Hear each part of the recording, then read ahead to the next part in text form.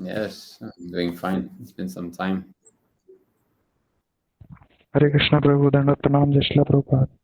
Hare Krishna, Himanshu Prabhu. Please accept my humble obeisances. All glories to Shri Prabhupada. Hare Krishna, Bhakta Kavyarasu. Dimitri Prabhu. Hare Krishna Prabhu, Tano Pranam, all Krishna Prabhu. All glories to Shri Prabhupada.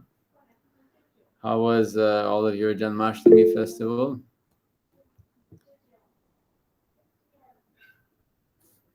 Bhakta Kavyarasu. Did you go to?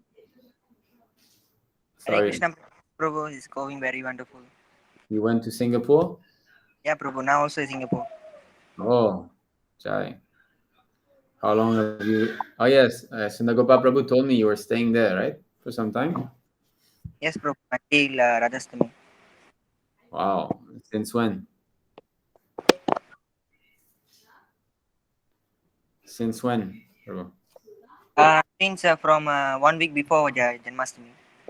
Oh, Jai, you must be feeling the power of Sadhu Sangha.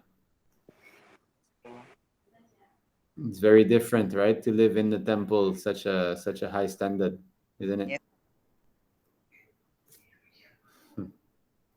Very good. What about you, Sami Prabhu?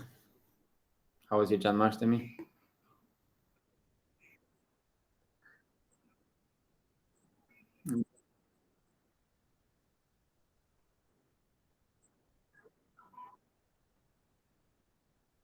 You celebrated at home or you went to a nearby temple?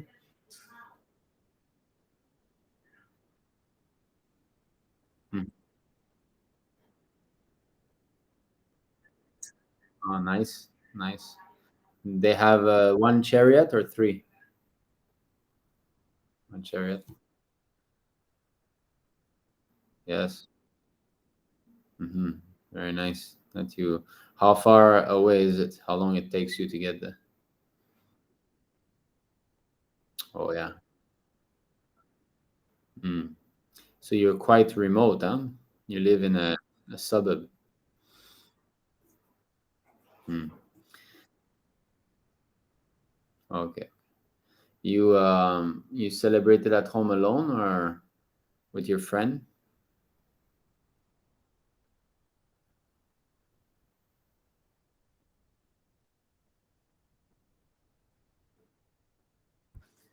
Yeah. Seems like people are very spread out in your country, right? Mm. How about you, Himanshu Prabhu? Yes, Prabhu, it was very nice experience. Like I first time gone to temple and lot of services and everything. So and when I came came home, then I felt very missing. Like You I went came home. you went to Yeah, Puducherry? yeah, I went. Then I also came back because that was admission time, and now I'm again going for Radha. So from Radhashtami, I will be there 2 hours, far, just 2 hours far from temple. Mm. So I can go anytime. So I will be visiting at weekends and at festivals while attending the college. Very nice. That was the first time that you went to Puducherry temple? Yeah, yes, Prabhu. Oh, nice. So it must be a great experience. First time you're going on Janmashtami. Yeah, yes, Prabhu. Very Yeah, nice. I gone little before Janmashtami. Oh, okay. Very good. Okay. Who is Adarsh? Adarsh KR Raj. Hare Krishna Prabhu. Hare Krishna Prabhu. Haribol. What is your name, Prabhu? I am I am Adarsh. Adarsh. KR. Ah, Yes, nice to Prabhu. meet you, Adarsh. New devotee. Yes, Prabhu. Yeah, Jai. So what did you do for Janmashtami? Did you celebrate? No, Prabhu. Here we don't celebrate Janmashtami. But personally, I do sadhanas. I chant every day morning 4 rounds. I am chanting as of now. Very nice. Where are you from? I am from Mandya near Mysore, Prabhu. Okay. And how did you come Yeah, in touch with us? Yes, Prabhu. Ayappa's Prabhu's friend Prabhu, Raghu Prabhu is my friend. From him, I came to know this movement and I wish to join Prabhu. I Very good. joined this Prabhu. Yeah. You've come to the right place. If you want some real understanding of life, this is the place to understand things as they are. Yes, Prabhu. Wonderful. So Dimitri Prabhu, I see you. Oh yeah, sorry, Adarsh, you go ahead. No, Prabhu. I didn't say anything. Okay. So Dimitri Prabhu, I see you were typing. So is it that you cannot talk? So I'd like to know what you did for Janmashtami, but if you have to type, maybe it's going to be long, right? Oh, okay, yes. So Dimitri Prabhu is at work. That's why he cannot talk. Okay. Here we have Ridvik Acharya who joined. Who is this? Hare Krishna, Ridvik Acharya. Hare Hare Krishna. Krishna Prabhu. Hare Krishna, Dandavat Pranam, always Srila Prabhupada. What is your name? May we know your name?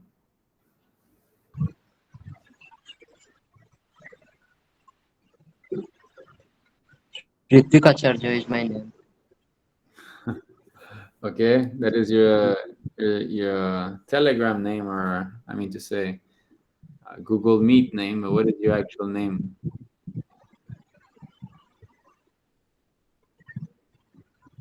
His actual name is It's Ritvik. my original name, Prabhuji.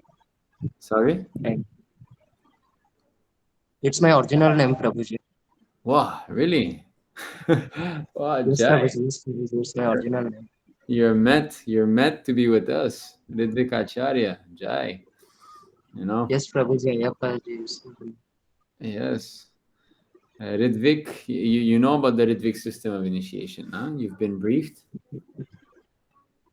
It's kind of priest type of thing, I guess. I mean, Okay, yeah. So this is a system that Srila Prabhupada wanted to be carried out after his disappearance, so that officiating acharyas or Ridvik represent him and give diksha on his behalf, even though he's not physically here. So this is the difference between us, ISKM, and ISKCON. ISKCON, they have concocted a system by which they are electing gurus, two-third votes, the GBC. They are electing gurus out of two-third votes. So that is never seen in the Parampara system. This is a complete speculation. In fact, Srila Prabhupada spoke against that. And without his authorization, without finding any proofs in any of his instructions, books, letters, whatever, they have concocted this idea, So your name, I think your name shows that you're supposed to be a great warrior in Prabhupada army. Ridvik Acharya. I thought, I thought you were kidding. I thought because actually when yeah, on May 28th when Tamal Krishna was speaking with Srila Prabhupada, Prabhupada said that he would be appointing some officiating acharya, and then Tamal Krishna replied, "Is that called Ridvik Acharya?" He actually said that. Is that called Ridvik Acharya? And Srila Prabhupada said Ridvik. Yes. Okay. So very, very glad. Okay, here we have Dimitri Prabhu who said, I wanted to visit our yatra for Janmashtami, but I couldn't make it due to my job. I hope I can do this later this year since it's very tough without physical association. Think if you know what I mean. Well, it's a hard step to take because of attachment. It actually doesn't have any factuality. Uh, I was also working before, and I have a family to support. I mean, you do not have a wife or children, so I also thought that how things will go on without me working, without getting a salary, and here I am, living in a much more expensive apartment than I used to when I was working, and getting more comfort than I used when I was working. So to think that we're the doer of our maintenance is actually a some false ego. Of course, it takes time to purify that. Most devotees are not full time, right? Most devotees, they have got their job and all. And if you push too much, then it's dangerous, because the devotee might break. To make that leap, actually, it was not a matter of my choice to become full time. It was really the Lord's mercy. He's the one who brought me out of this working business and then brought me into the full time world. Um, I prayed for the mercy of the Lord to force me to surrender, and this is really what how I managed to get out of it, because Srila Prabhupada made it very clear that if you surrender, Krishna will support you and your family. Okay, so Aditya is here. Is this our Aditya? Hare Krishna Prabhu, please accept my humble obeisances. Augustus Prabhupada. Hare Krishna Prabhu. Are you our Aditya, the one I spoke to yesterday? Yes, okay, good. Very good. Welcome on to the live class. So, okay, let me search out something. There's a very strong quote. I've put it in one of our recent vlog. And it's one of the quotes that got me to surrender, actually, that helped me pray to surrender. Where Srila Prabhupada says that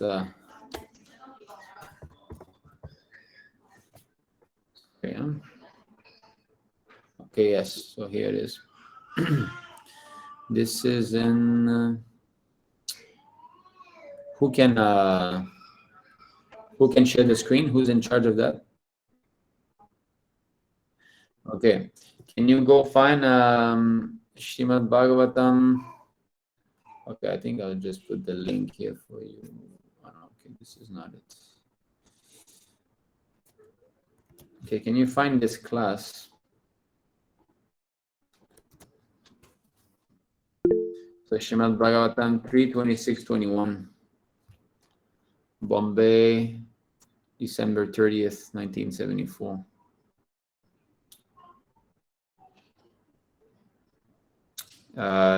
Yeah, very good. Okay, then you go, you can press like command F to find a word in this, and you can type, let's say, Shanti, Santi. But this Prabhupada books now has got some problem searching words with okay, you scroll down. Okay, yeah, okay, it's working. Everyone is suggesting something.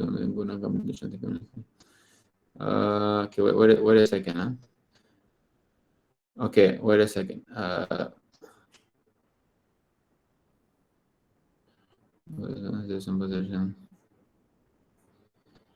Okay, you start reading. Who wants to start reading from the? Then you can get Shanti. Completely cleans means, or just like the Shanti can be attained when this Sattva Gunam Svacham, when the Sattva Guna, your status, yeah. Okay, we can read this class and go along. Who wants to read?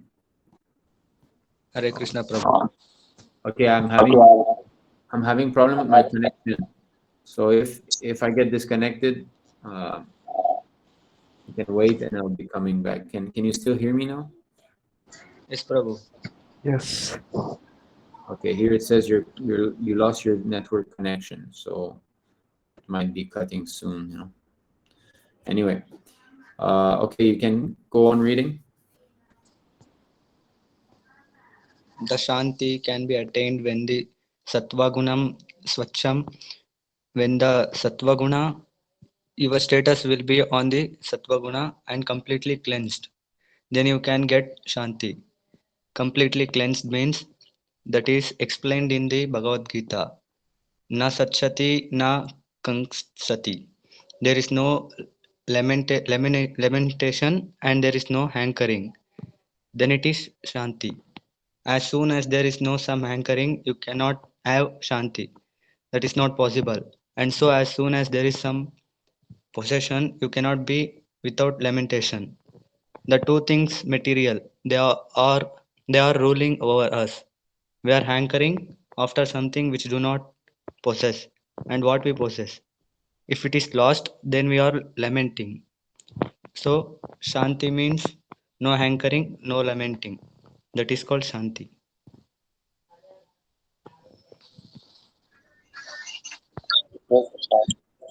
Okay, Hare Krishna. Just now I was out. I just came back in. I see Ayappa Prabhu is here. Hare Krishna Prabhu. Krishna Prabhu, Dhanab Pranam, Jeshla Prabhupada. Prabhupada. So have you read this? Yes, Prabhu. Okay. So Shanti means no hankering, no lamenting. That is Shanti, right? Who can quote a verse from Bhagavad Gita that says that no hankering, no lamenting?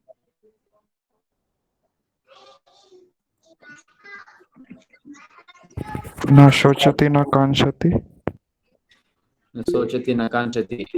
Samasadeshu Buddha. Yes, 1854. Very good. So Brahma Buddha platform, right? So that's what it means to be peaceful. You have no more demand. You have no more hankering. Yes. So Brahma Bhuta Prasanatma Sochati Nakanchati Sarma Sarvedu Bhuteshu Mad Bhaktim Labhate Param. So unless we come to this platform of not wanting anything, there's no question of actually starting real devotional service. Okay, we can go back to that class. I don't want to deviate. The thing that I want to speak about is later on. Okay, you're reading.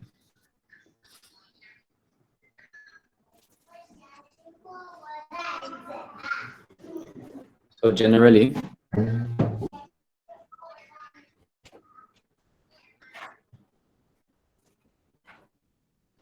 So so generally whatever we may possess, but the hankering is there. That is Rajoguna. That is Rajoguna. Always anchoring even up to the stage of so-called perfection. Just like the karmis. Karmis, they think that perfection of life is very, very high standard of life. Very happy, comfortable. Just yes. like in the Western countries. So you see, this karmic mentality has to be purified, and actually working is a karmic mentality. To amass wealth. Of course, it's not that I'm condemning anything here, but we are speaking on the strength of Sastra. Why this karma yoga is there? Why Srila Prabhupada engaged some of his disciples to work and give money to the temple? Because all of a sudden, if you tell that person that no, you give up and you just become full time, then if the devotee is not ready, it will create an adverse effect. What is that verse in Bhagavad Gita that says, as to not disrupt the mind of those who are addicted to fruitive work? I think it's in the second chapter, right? Okay, third, 326. Can you take out 326? Yes. So let not the wise disrupt the minds of the ignorant who are attached to fruitive action. They should not be encouraged to refrain from work, but to engage in work in the spirit of devotion. So you see, work consists of two aspects. There is the work itself and there is the result. So it's divided into two. So in the beginning, one has to be encouraged to give up the result and not the actual work itself, because one is attached to that specific work. To give you an example, here in China, there's a Bhakta called Bhakta Mark. Maybe you saw him in one of our latest blog. We went to visit his factory. He's doing all these, uh, you know, uh, I don't know how to say, like things that you put in your garden, like gnomes and cats and things like that. So he has a very strong businessman nature. He likes to be busy. I don't know if you've seen that blog. You could see him with like 4 or 5 screens. Yes, Prabhu. Yeah. So he's got like these 4 or 5 screens in front of him, and he has to deal with all this, brain breaking things day in, day out. He stays in his office sometimes until 12 at night and so on. So very, very addicted to this kind of business mentality, you know. So for a person like this, he's not capable of becoming full-time because he's just too much addicted to this type of activity. So in the beginning, we have to encourage to give up the result first. And in this way, that will help him become purified and be relieved from this karmic mentality of working. Because it's not a fact that we maintain ourselves.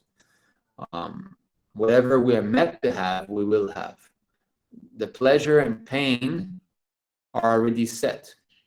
Now that pleasure and pain you cannot change. Even though, let's say, you change by your endeavor, you get more money, let's say. Still, that pleasure and pain is fixed.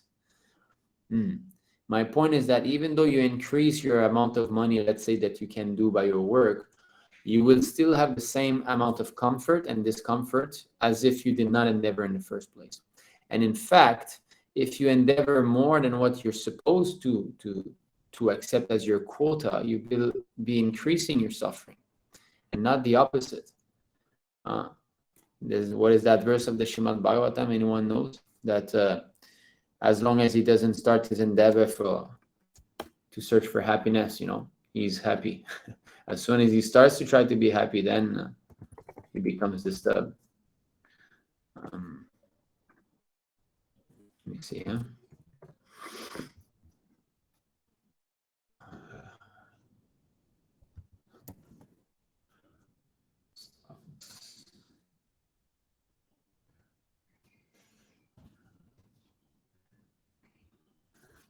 Moment.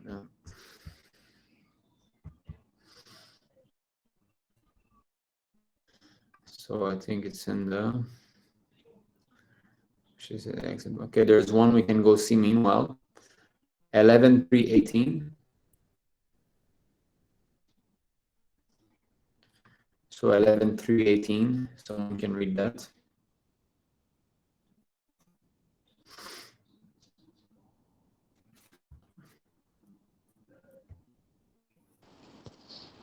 Sri Prabhupada said, Prabuddha. Sri Prabhupada said, accepting the roles of male and female in human society, the conditioned souls unite in sexual relationships.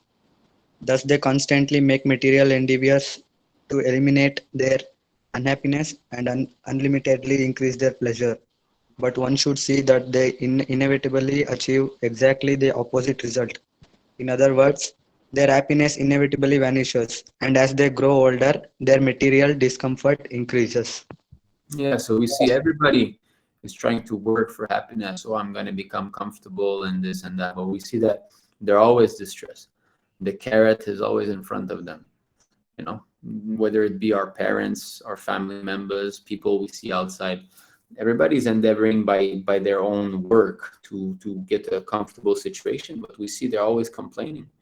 They're always having this problem that emerges, and in fact, it just increases more and more. And here it says they're trying to eliminate things, but they don't see that time is crushing their body to old age, and that means what? That means increasing misery, because as we grow old, there's more and more diseases and discomforts that comes. So, yeah. Okay, another good one, famous one that Prabhupada often quotes directly or indirectly, is 763.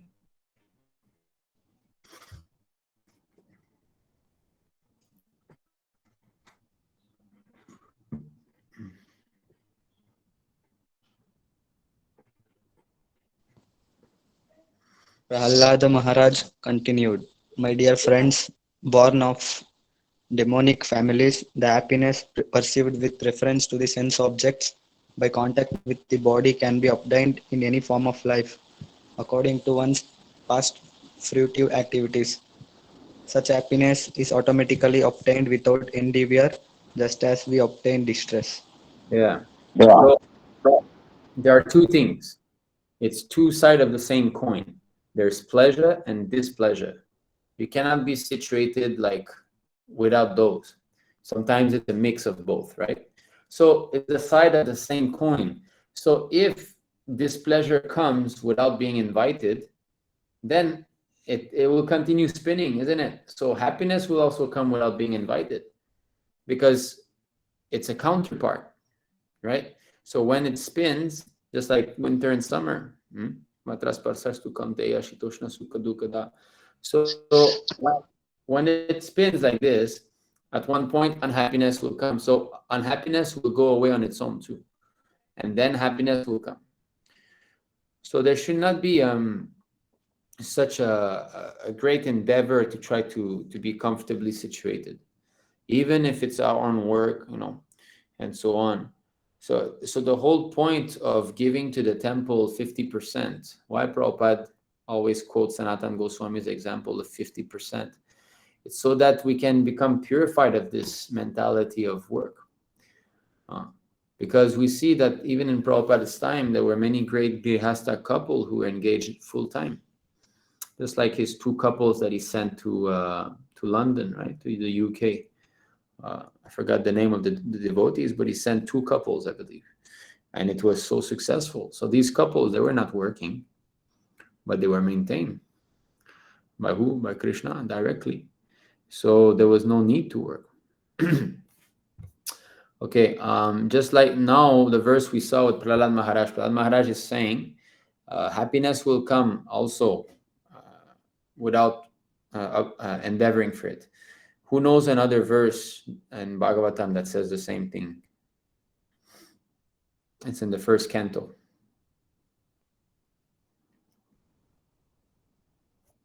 Okay, 1:5:18.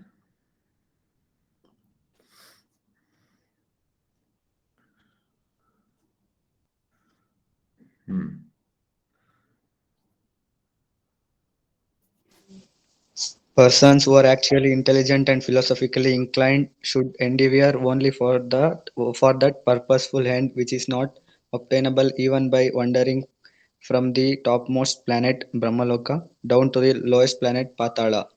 As far as happiness derived from sense enjoyment is concerned, it can be obtained automatically in course of time. Just as in course of time we obtain miseries even though we do not desire them. You see, so here they're recommending, they're saying persons who are actually intelligent and philosophically inclined should endeavor only for that purposeful end which is not obtainable. So only to advance spiritually, only to advance towards prema bhakti. So then, okay, well, if I only endeavor for that, what about my maintenance? That's why in the second part of the verse says, don't worry about that. That happiness that you'll get, you'll obtain automatically in due course of time. It will come. You don't need to endeavor for it. Just like miseries will come also. So there's no need to try to get it. It will come naturally. Now the verse that I spoke in the beginning saying that the more you endeavor to be happy, the more miserable you are. So it's 7:42.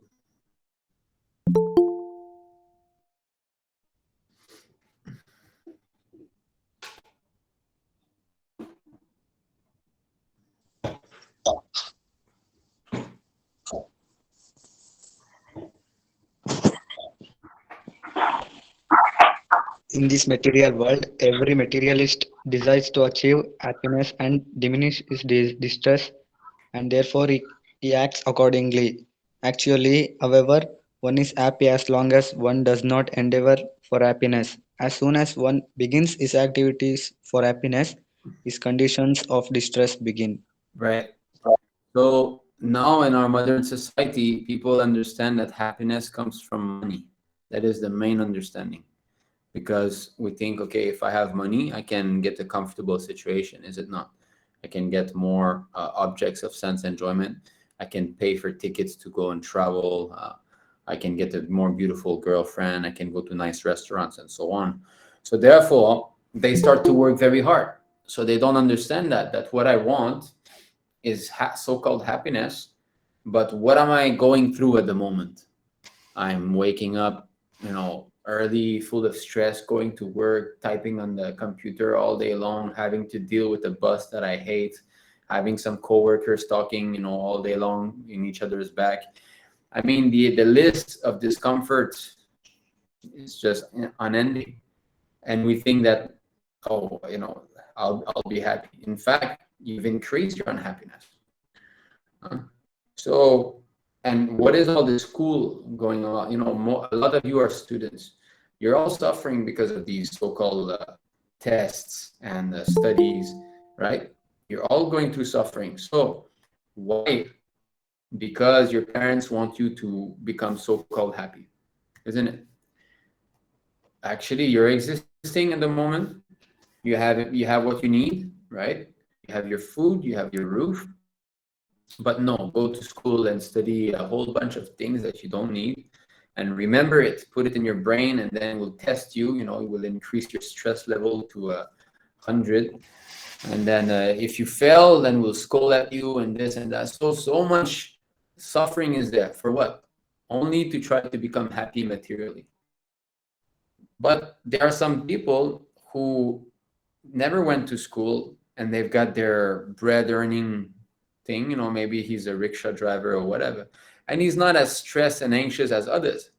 He knows that I'm gonna drive that rickshaw today, and I'll get a few rupees, and that'll be it. So he's not so much. Of course, there's some suffering, because after all, this is the material world, and who can avoid? But he's not as stressed as the university student, although he's a rickshaw driver. Why? Because he's not been endeavoring so much. He's just, okay, well, this is my fate, I'll just do that. That's it. So the more we try to make our position comfortable within this material world, the more we'll be filled with anxiety and stress and problems. It's just the way it works, because we are swimming against the current. What is that current? That is the supreme will. Krishna doesn't want us to stay here. He wants us to go back. And this is not a reality. It's not a real place to be. Therefore, we swim in an ocean of the different desires of all the living entities. There's not only one desire here. It's billions. It's an infinity of desire. Everybody's fighting to be the Lord. So of course you'll be suffering. If you're put into a giant room with 1 million person and everybody is trying to lord it over others, everybody will be hitting one another. This is what's going on in the material world. But in the spiritual world, there's only one purpose, one desire, and therefore there's unity. So this so-called material happiness, it won't come. It's a dream. It's an illusion. Okay, let's go back to that class of Srila Prabhupada. Okay, just like in Western countries. Just like in the Western countries, they think that to have nice roads, nice motor car, and very high skyscraper buildings and facilities, modern comforts, what is called, so that is the standard of happiness. And we Eastern people, we are also imitating them, but actually ask them who possesses all them, that whatever you have attained the position of no hankering. No, that is not possible. The anchoring is there. What to think of possessing these material facilities? Even one goes to the heavenly planet, that is also included within the happiness of the karmis. They want happiness in this world so well as after this world. After death also, they want to go to the heavenly planet, Svargaloka, where the duration of the life is many, many thousands of years, and the standard of happiness is very, very high. There the place is very beautiful. The women are also beautiful. The gardens there. These descriptions are there. Kanana and Apsaras there are. So this is also another higher standard of life, duration of life. That is the position of karmis. Yes. So now modern civilization is so fallen that they do not even believe in an existence after this life. So at least in Vedic culture, those who were less intelligent, even they believe that there's a continuity. You see? So they believe that, okay, after this body is done, I'm going to continue another existence. So in other words, I'm going to be sleeping for 7 months. Prabhupada says death means sleeping for 7 months or 9 months, whatever. So just like now, if you're going to bed tonight and you start to sleep, 9 months later you wake up. That is death. There's no death actually. Just you stop for a while and then you continue again. That is, we never die. You see, so this Vedic civilization, even the normal peasant in the field, he understood that this is not the end. So now we're so fallen that we think no, only this. So now we're very, very, very stupid, our civilization. We only focus on this one life. But the stupid people back in the Vedic times, even though they knew they're not this body, that we're going to be, still they are thinking about my sense gratification in the next life. So that is another form of stupidity. We can say stupidity covered with a little knowledge. We can go see 11, 10, 21. Actually, let us go from 11, 10, 17, and then go up slowly.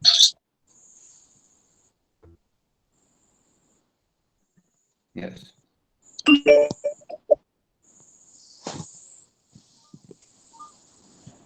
Although the performer of fruitive activities desires perpetually happiness, it is clearly observed that the materialistic workers are often unhappy and only occasionally satisfied, thus proving that they are not independent or in control of their destiny. When a person is always under the superior control of another, how can he expect any valuable results from his own fruitive actions? Yes. So that is the way to understand that we are not all in all. That is very simple, but foolish people who are so puffed up by their own work think that they can control everything. Is it not? Just like when I was a army, I used to lose a lot of money for small reasons. Time I kind of China, and they find and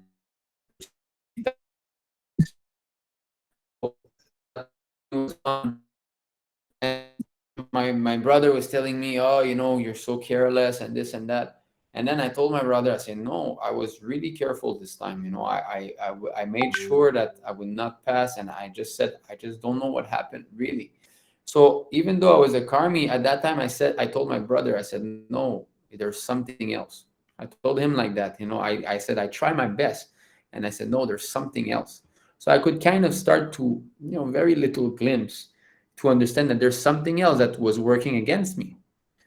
Now I realize it's Krishna's mercy. He took away my money, because what would I do with this 5,000 yuan? So there's something else. And this is how we can see, here it says, although a performer of fruitive activities desires perpetual happiness. So that is a fact. Everybody wants to be happy. It is clearly observed. Clearly, there's no doubt about it. It's very easy. Any person's life that we have some little contemplation upon, we will see that. It is clearly observed that materialistic workers are often unhappy and only occasionally satisfied, thus proving that they are not independent or in control of their destiny. Voila, that's it. That's the proof that there's some other thing at work. Just like if I take this, you can see my camera. I take this and I want to put it here, and I put it here, and I'm in control, is it not? I want to put it back there. So I never fail. That means there's no other thing at work here. Of course, there is, my hand could stop working and this and that. But, grossly speaking, I'm in full control. I'm putting it to here and I'm putting it. So I'm controlling. But if I want to put that thing here, and every time I'm kind of failing somehow or other, I'm not taking it. So I can understand there's something wrong. There's something else at work. Could you see my camera just now? Yes, Prabhu. Okay. So this is the way we can understand it. Everybody wants to be happy, and that's it. I just want happiness, but there's always something that comes in between. Just like my wife's father, he's always blaming my wife that, oh, you're running away, becoming a devotee and this and that. So he's blaming her because basically he's suffering. He's trying to be happy, but he's always, covered with so many. He's got a disease recently, like a sort of tumor in the brain. So all his children had to pitch in some money to help him, save him out. So, and he's always distressed, So we all know people like that, right? That they are very much endeavoring, doing their duty as best as they could. but somehow or other, here it is said, they are often unhappy. So most of the time they're unhappy and only occasionally satisfied. On occasion, when, okay, let's say that now their senses have been nicely satisfied, then they'll feel rested for some time. But very soon after, the senses again demand more, right? So there's no, as Prabhupada said, have you attained the platform of non-demand, right? Of not having this eagerness. What is the word that Prabhupada used? This nasochati, right? Nakanchati. Anyway, so to feel satisfied, satiated, that now I don't have any much urge. They cannot, so always, again, even though they might feel satisfied for some time, again, the senses demand, and okay, start working again. All right, I got to start again, and this and that. So this is the karmic mentality. I'm addicted to perform work and to enjoy the result of my work. Okay, next verse.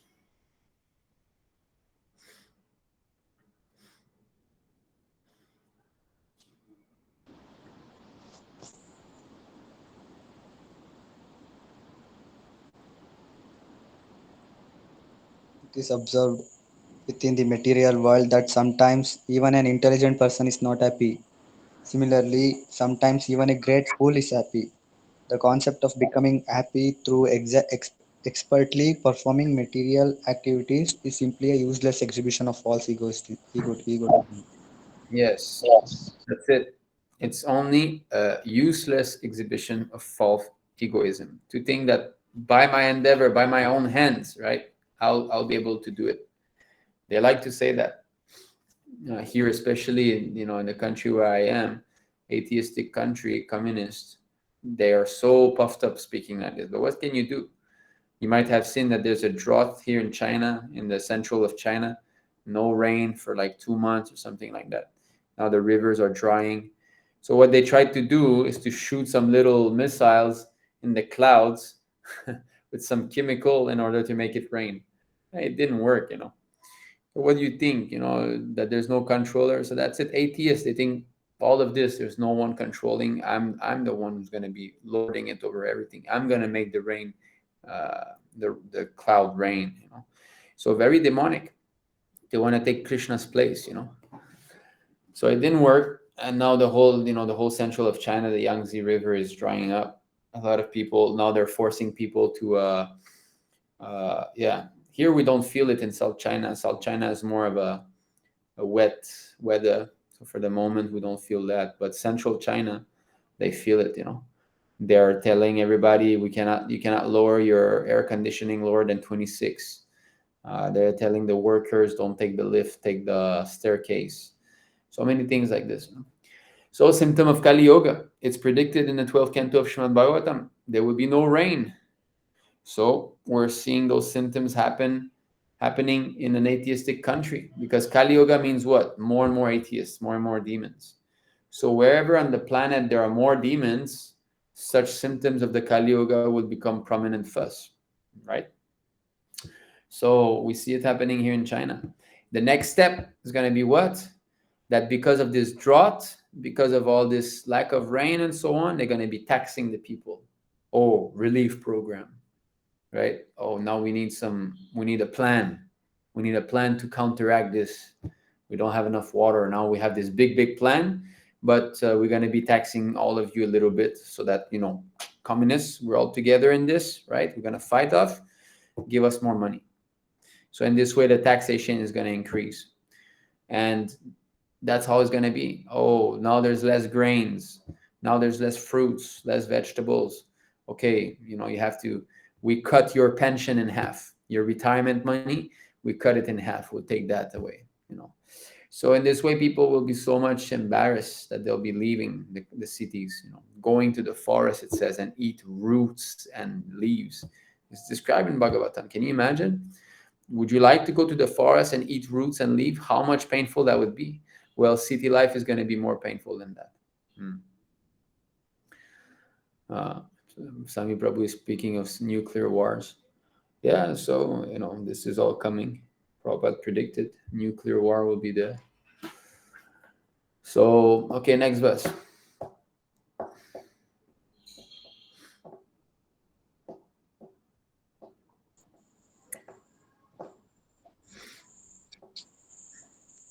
Even if people know how to achieve happiness and avoid unhappiness, they still do not know the process by which death will not be able to exert its power over them.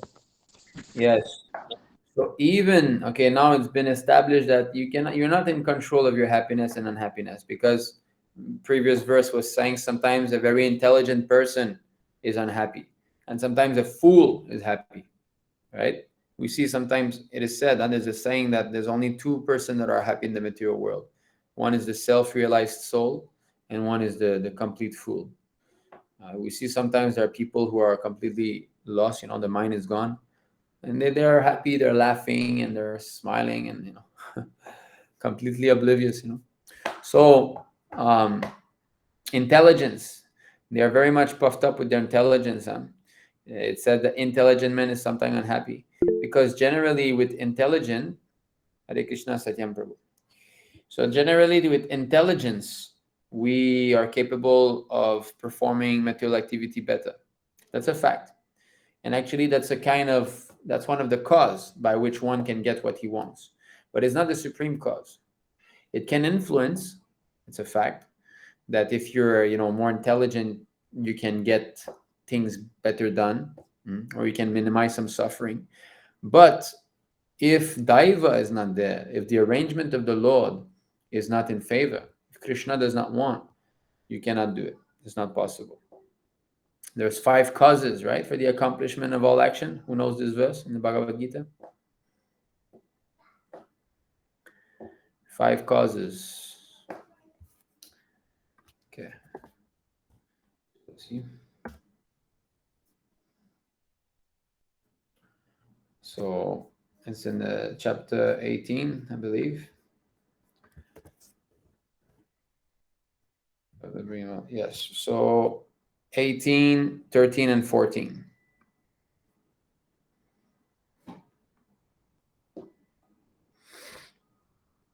You can keep that tab open because we'll go see other verses later on. So yeah.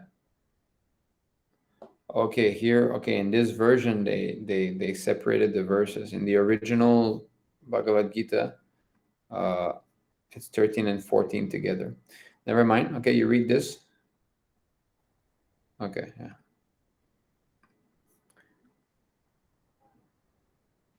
Yeah, just read from there. It's okay.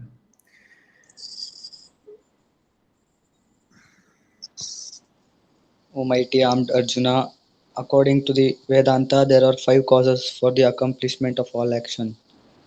Now learn of this from me.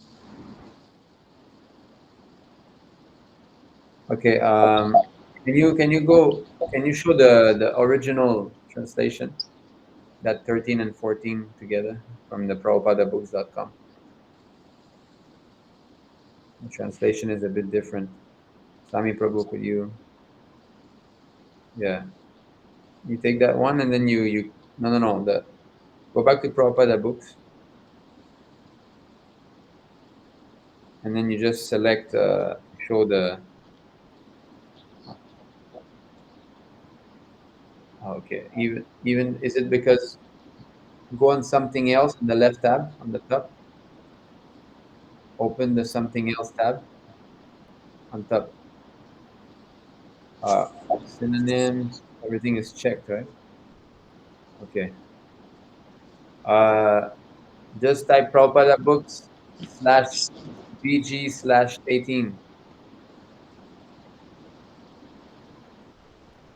Okay, scroll down.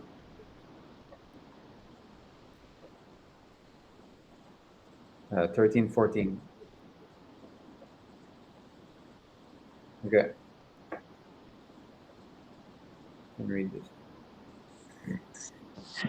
O mighty armed Arjuna, learn from me of the 5 factors which bring about the accomplishment of all actions. These are declared in Sankhya philosophy to be the place of action, the performer, the senses, the endeavor, and ultimately the super soul. Yeah, so there are everything we do in life, it's a mixture of these five factors. Now people they hardly accept any of these factors except the endeavor itself. That's all. You know?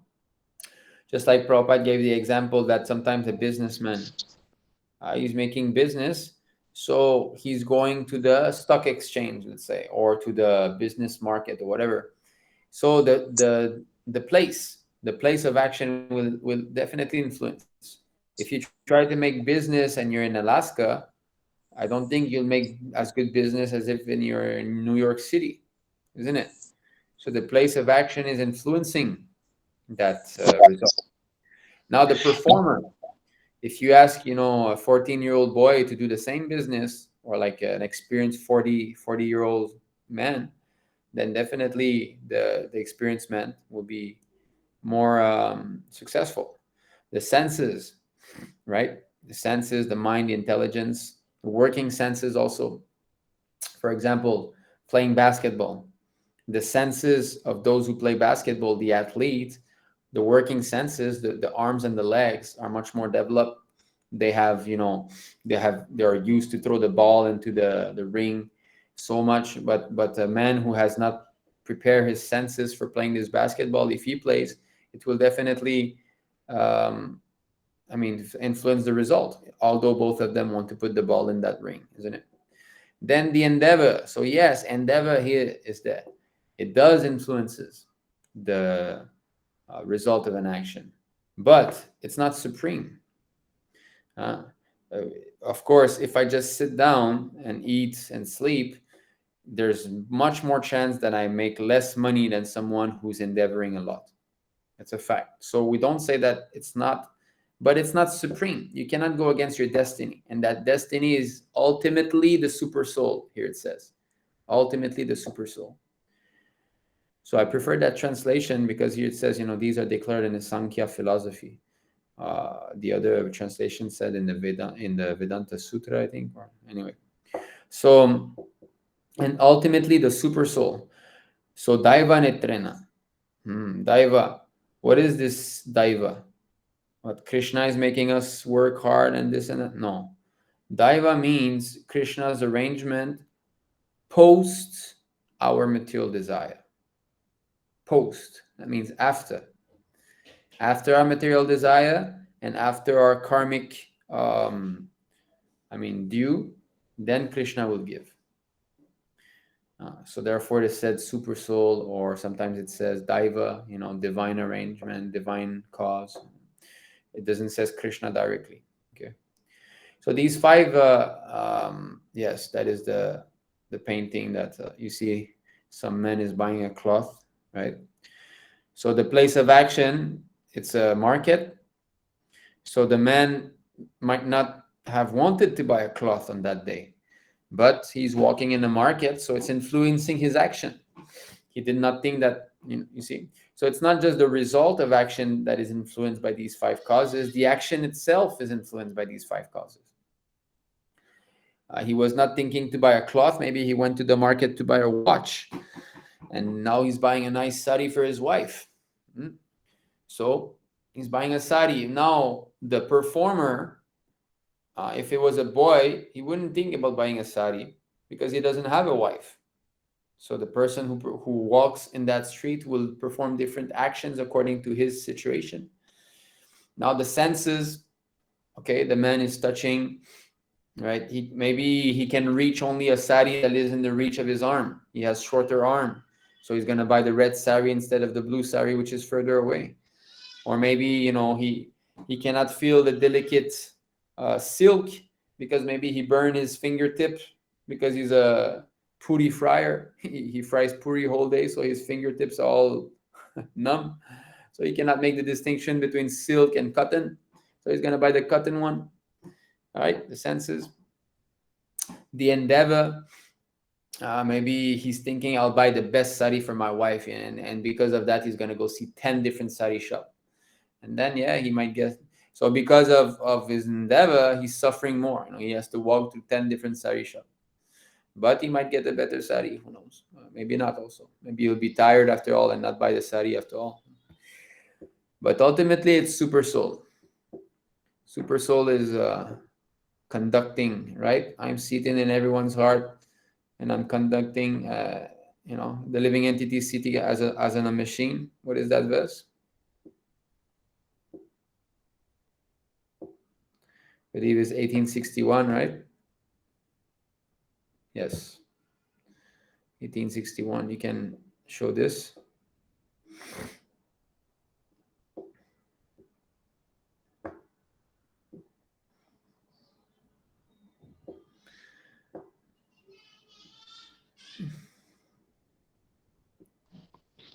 The Supreme Lord is situated in everyone's heart towards and is directing the wandering of all living entities who are seated as on a machine made of the material energy. Yes. So everybody is sitting in the machine, and the three modes are working, and the Lord is overseeing the whole show, and He's giving us what we deserve. So this thinking of I have to endeavor to make myself happy or to support myself, it's actually enacted through the what was the name? What was the words? A false display of false ego, or a useless display of false ego, right? Okay, let's go back to those Bhagavatam verse from the 11th canto that we were going through. I think we had reached 11, 10, 19. No, the Bhagavatam verse. You go to 11, 10, 19.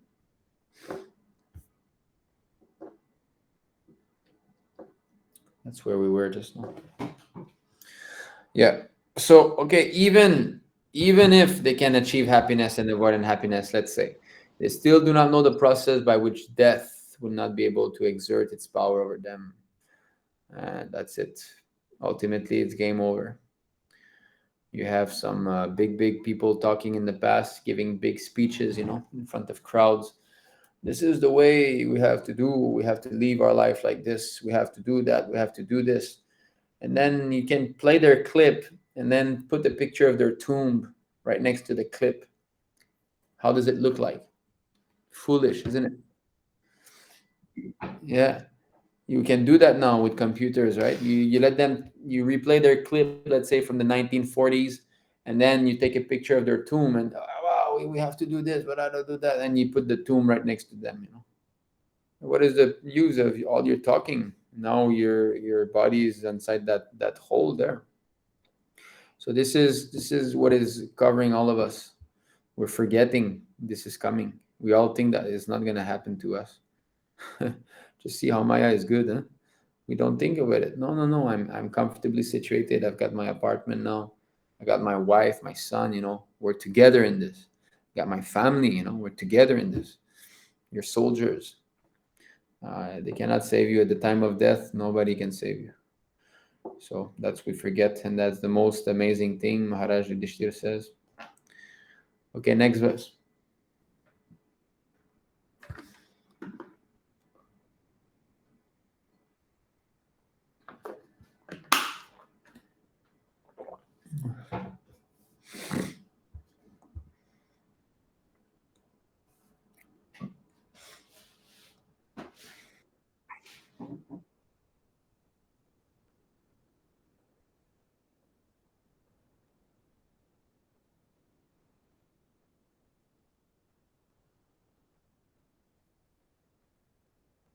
Mm. Yeah. So we're all lining up. It's a fact that we're all lining up because, like, every 2 seconds it says a man dies, right? Next 2 seconds, 1, 2, 1, 2, like this. Of course, this is our little planet Earth that they know of. According to them, every 2 seconds someone dies. Actually, the universe is huge. There's so many living entities. But okay, let's say on our little planet Earth that we've discovered so far, they say every 2 seconds someone die. So that means we're lining up, and then one day that 2 seconds will be on our head. So we're all lining up, going towards death. So what is all the meaning of having this nice house, nice girlfriend, nice clothes? It's actually it's a bewildering factor. The one who is suffering and has got knowledge, he is actually fortunate because he's brought to a point where he's going to understand these things better. But when we are too much comfortable in our nice cozy house, our nice job, a nice earning, I can buy whatever I want, and this, it's very hard to get out of it. That's why I was saying why I became full time is not due to my own endeavor, because the position I had was the best material position of my life. I used to be the garden we had. We were living on the 29th floor. I had a nice view of the mountain with an artificial lake. Uh, there was nice breeze blowing every evening.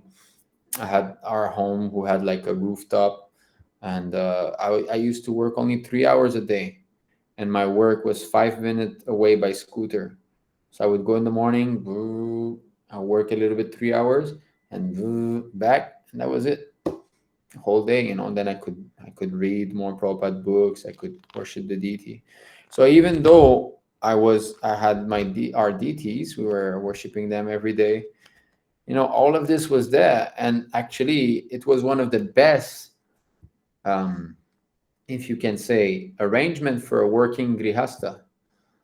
We would come to the temple at least once a month, like that. And even that, actually, I was not feeling fully satisfied because I was not preaching. I was thinking these 3 hours a day that I'm using working. What if I could use these 3 hours to try to preach? How much more could be done? And how much more I would feel. To say, spiritually advancing.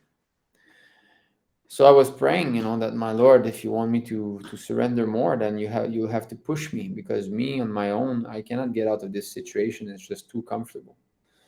I liked it, I like that place, and I like the everything.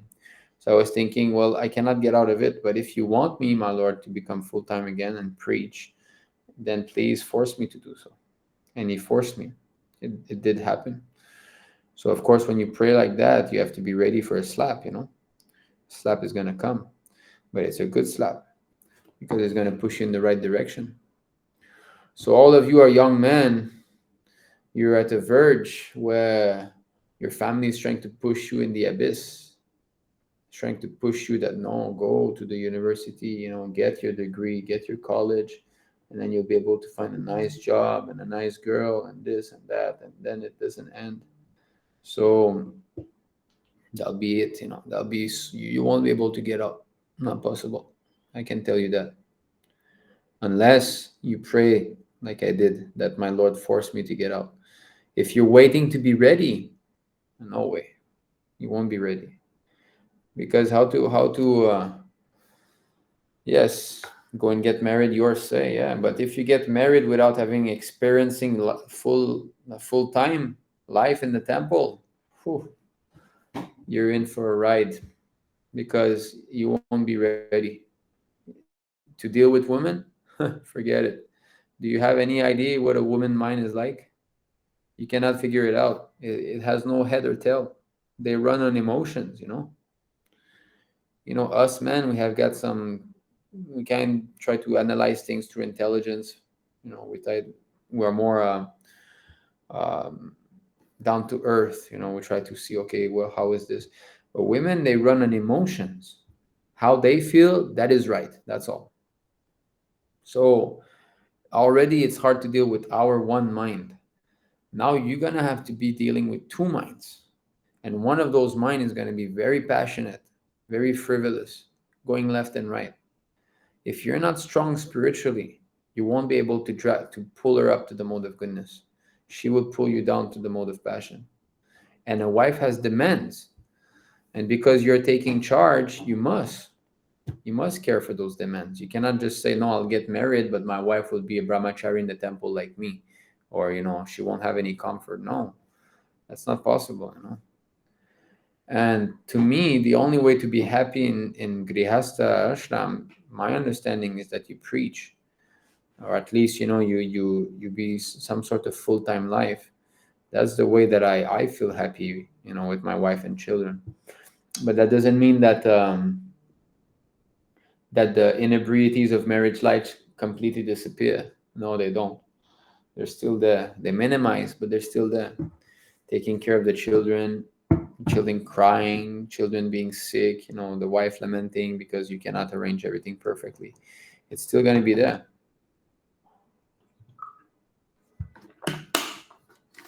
But a brahmachari, wow, he's got it. He's free from all this. Tadvavit Prabhu ki jai. He's liberated already, from all this. 75% liberated, Prabhupada says. 75% freed from material entanglement if you remain a brahmachari. Can you imagine? This is so strong, brahmacharya. If you can remain your whole life brahmachari, that's the best. But you have to be preaching. If you just want to sleep and eat and remain brahmachari, you won't make it. You have to be sincerely trying to push the movement, like Tadavit Prabhu. He can make it because he's engaged fully in trying to preach. Those so-called brahmachari who just sleep and eat, their senses are always disturbed. And most of them waste their semen. They're not capable of controlling their senses. Because unless you preach, you cannot control your senses. It's not possible. So, yeah, this is the way of material life. Make us think that we must hurt. Maya's making us work so hard, thinking that we're the doer, that if we stop it, we won't have our bread. Well, Krishna cannot arrange for 3 meals a day for you. He's manifesting millions of planets, but you have to work for your maintenance. It doesn't make sense. Of course, it took time for me to realize that. I was also, it's not that straight away I believed in this. I had all my excuses were there. And those excuses are there because you're addicted to your comfort, to being separated. Because you've got your own house, your own apartment, or your own place, and you're thinking, here I can control things. When I want to sleep, I can sleep. But if I go to the temple full time, I'll be under someone else. An authority will be there, will be telling me things sometimes. So we think materially. We always consider how my senses can be comfortable. That's the mistake. As the whole mistake is there, thinking that we are independent from Krishna, that we can have our own plan. That doesn't work. We've been trying for billions of lifetime and never worked. Why would it work now? So better surrender, because happiness and distress will be there whether you work for your own senses or whether you try to work for Krishna. There will be challenges, but at least those challenges are worthwhile because you advance spiritually and you get pleasure from doing that, from serving the Lord. And you don't waste time like working like an ass, serving a bus. Okay, why I was starting to read all these verses, because just now Prabhupada in the class, he was speaking about the material heaven. So let's go see the next verse now.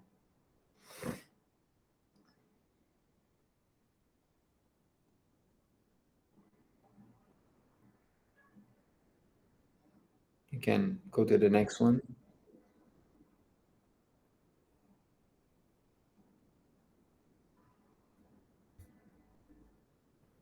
Yes.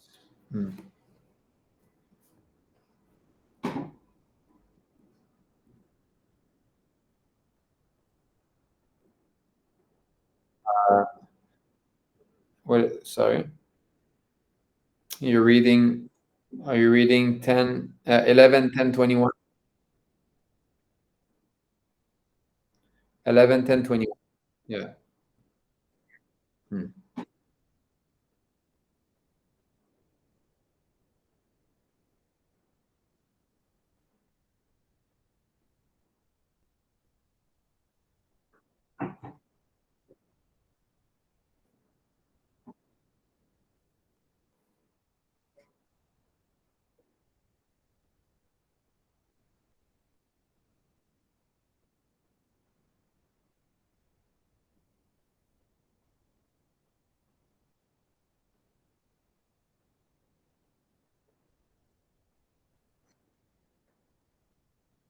Yeah.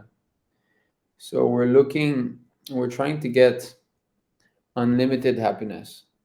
We're trying to get an happiness that is not going to be obstructed by any inebrieties. This is the only thing that's going to be satisfying us. and that can only be attained in spiritual life, in the spiritual world, because material is always tinged with these inebriaties. Here it is said: jealousy, envy, decay, and death. So the more the intensified sense enjoyment is there, these things like jealousy and envy will increase also. In other words, the envy that demigods feel is stronger than the envy that we feel. We feel very much envious, but a demi, just like Lord Indra, how much envious was he of like Maharaj Prithu, or many times there are stories of Lord Indra becoming envious of some sages and so on. So as your sense gratification increases, your envy for other living entities will increase. That is the So even though we're thinking, oh, maybe heaven is a nice place and so on, no, it's going to be the same thing that we're already experiencing here. There'll be so many inebriaties, and fear of death, that we'll be losing it. Oh no, one day I'm going to lose everything. Okay, let's go back to that class, Srila Prabhupada.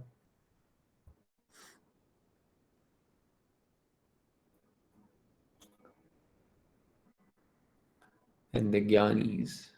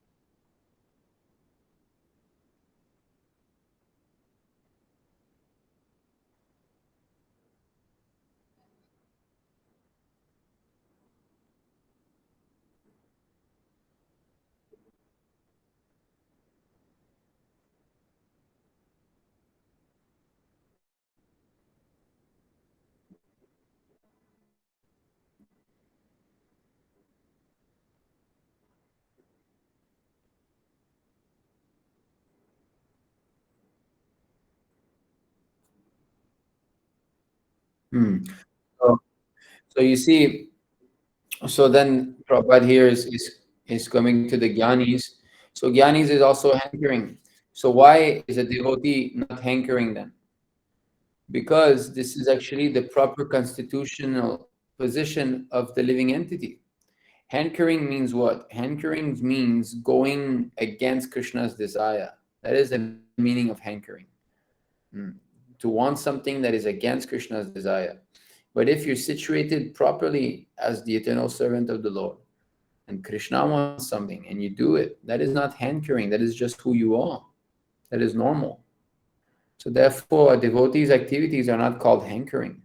Even though sometimes they pray, my dear Lord, I wish that I be engaged in your service. My dear Lord, please engage me in your service. So you can say that this is hankering, but it's not. It's simply how things are supposed to be, because there is an eternal reality. There is a real existence. Now we're situated in a wrong existence. We're in this material world. We've been placed here because we went against the flow of eternal life, which is that we're always supposed to serve Krishna. So we make this big blunder to come here. Now we're trapped, in this material world. So hopefully now it's one of our last lifetime in the material world. But so we should understand that this hankering, we have to give up that mentality. And it's not that there is karmis, gyanis, yogis, devotees. It's not as simple as that. It's not all black and white. Even though one is a devotee, he might still be quoted with karmic tendencies, with jnani tendencies, with yogi tendencies. So therefore, we have to come to pure devotional service. Anya bilasita sunyam, jnana karma anavritam.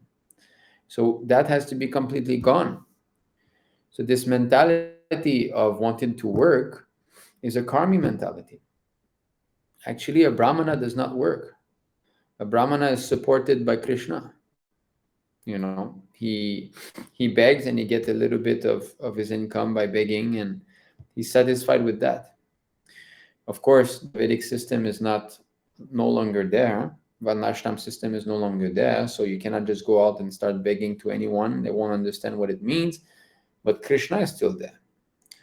So ultimately, Krishna is maintaining the Brahmanas. Go Brahmana Devaya Go Brahmana Hitacha. He is very there. When a Brahmana takes the profession of a Brahmana, Krishna is very much happy. What are the 6 professions of a Brahmana? Study Vedic literature, teach Vedic literature. Study deity worship, teach others how to worship the deity. Accept donation, and give donations.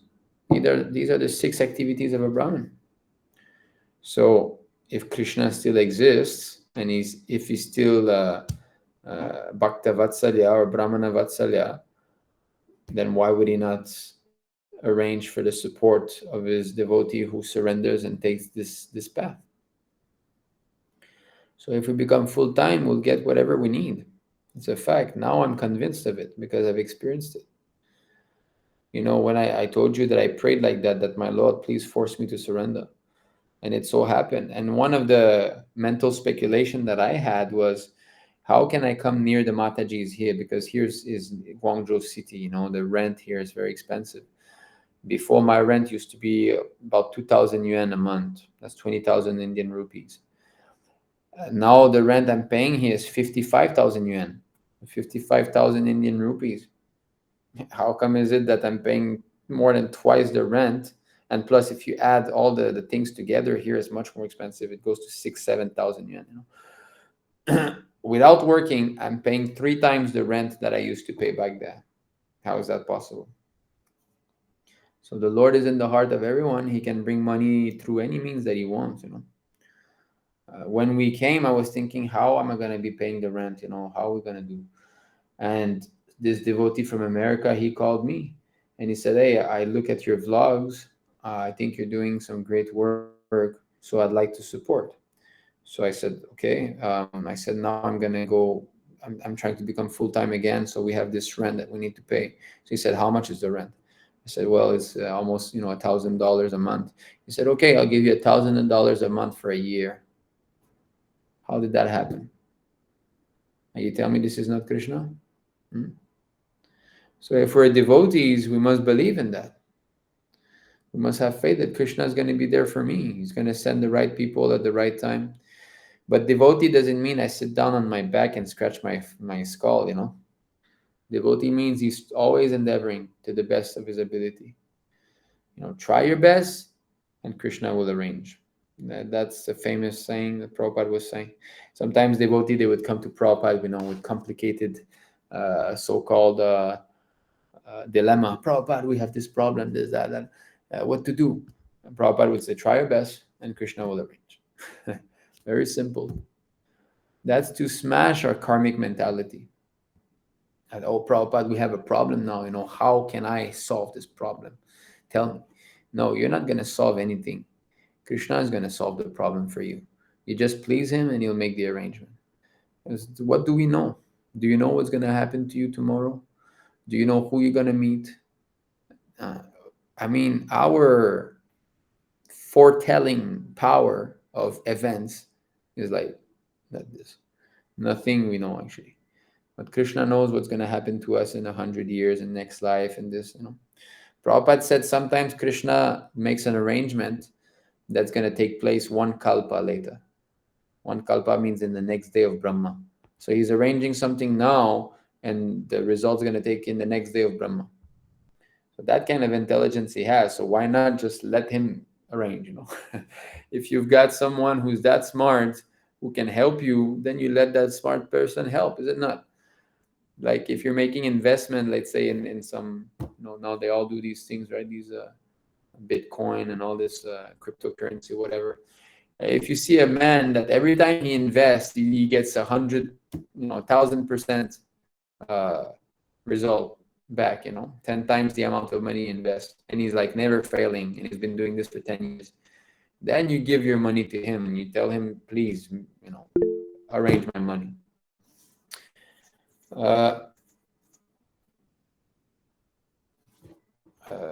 Himanshu Prabhu is asking, Prabhu, what is taking service from Krishna? How can we refrain from that and always serve him rather than taking his service?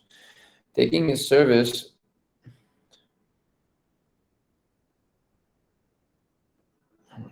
yeah. So God helps those who help themselves. That is in the purport Nimāi Prabhu is saying. So taking service from Krishna means asking Krishna to satisfy your own senses. That is taking service from him. But if you endeavor to please his senses and you ask him, please help me serve you, that is not taking service from the Lord. Because taking service from the Lord, actually, you cannot avoid. You're breathing now. You're breathing air. Who created that air? Krishna. He served you, is it not? Just like a father serves the child that hears something for you. So he's maintaining us. This maintenance is a service. We cannot avoid actually taking service from Krishna in this sense, because you cannot exist without him. You cannot have food, water. You cannot have the sun. You cannot have anything. Even intelligence, he says that he's the one who's giving.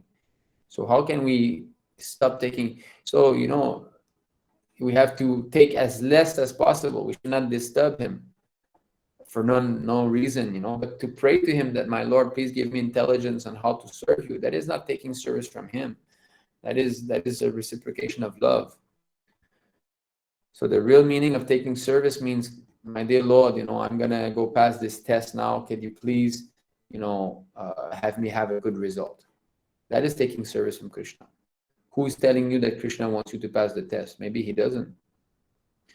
So you should say, my dear Lord, I'm forced now that I have to go take this test. My family is forcing me. You give me the result you want, my Lord. I will accept. It doesn't matter. So that is surrender. That whatever you decide, I will accept. Not that I have my plans separated from you. Because we don't know. Sometimes we might think, oh, Krishna wants this. How can you make sure? If you're not properly reading Prabhupada books and if you're not taking guidance from senior devotee, how can you be sure that Krishna wants this?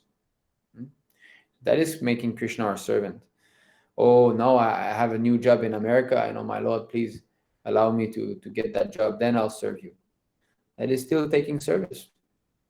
Because who's telling you that Krishna wants you to serve him like that? Maybe he has other plans for you and you're walking against it. So, okay, now I would like you to multi-planet higher standard, you must be fit to go there. Okay, scroll down from that class, continue scrolling down. Okay, wait, successful. From the Krishna Bhakti Nishkama. Okay, scroll down again. Okay, wait a second.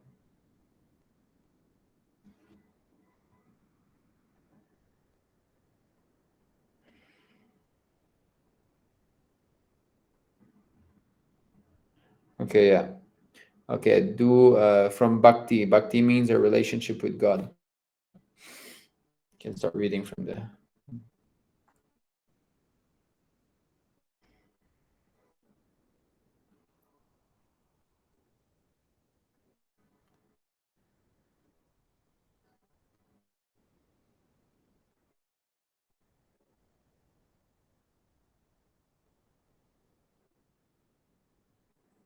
Yes. That is the platform of servitude. Our love for Krishna starts from the servitude platform. Before that, just saying God is great, that's not enough. That is Shanta. I mean to say, what is that? Those who are Shanta Bhakti, under servitude, those who are neutral, yeah. So God is great, that's all, but you're not rendering service. That's not enough. Devotees start from the platform of servitude. So let me give some service. So we all start from there because we're not accustomed to higher means of devotional service. So our sadhana bhakti starts from there, from a servitude platform. And then it increases from there. Okay, continue reading. Otherwise,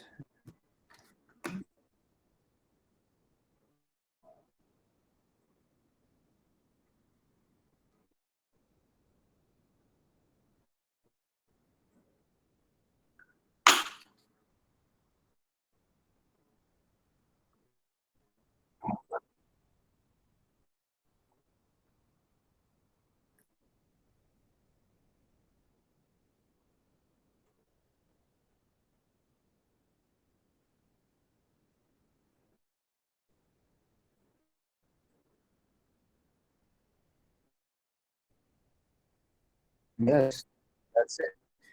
Krishna is assuring to those who are constantly engaged in my service, I take care how to supply the necessities of life. Just see how Prabhupada has translated here. Actually, in the Bhagavad Gita, it is said, I carry what they lack and I preserve what they have. That's the translation that we read normally. But here Prabhupada is translating, I take care how to supply their necessities of life. So whatever you need for the maintenance of the body, he will give. So why should I work? So this understanding comes only if one is very fortunate. Otherwise, even though we are devotees and we might be working and so on, but if we don't come to that point of understanding that if I just surrender, Krishna will take care of me, then what is the use of reading so much and quoting so many verses and this and that? Ultimately, it's more or less of a show, So that's why it's dangerous to work. Work is very dangerous. I experienced it myself. Because when you get money, what is the next thing you start to do? Anybody tell me? When you get money, what do you do then?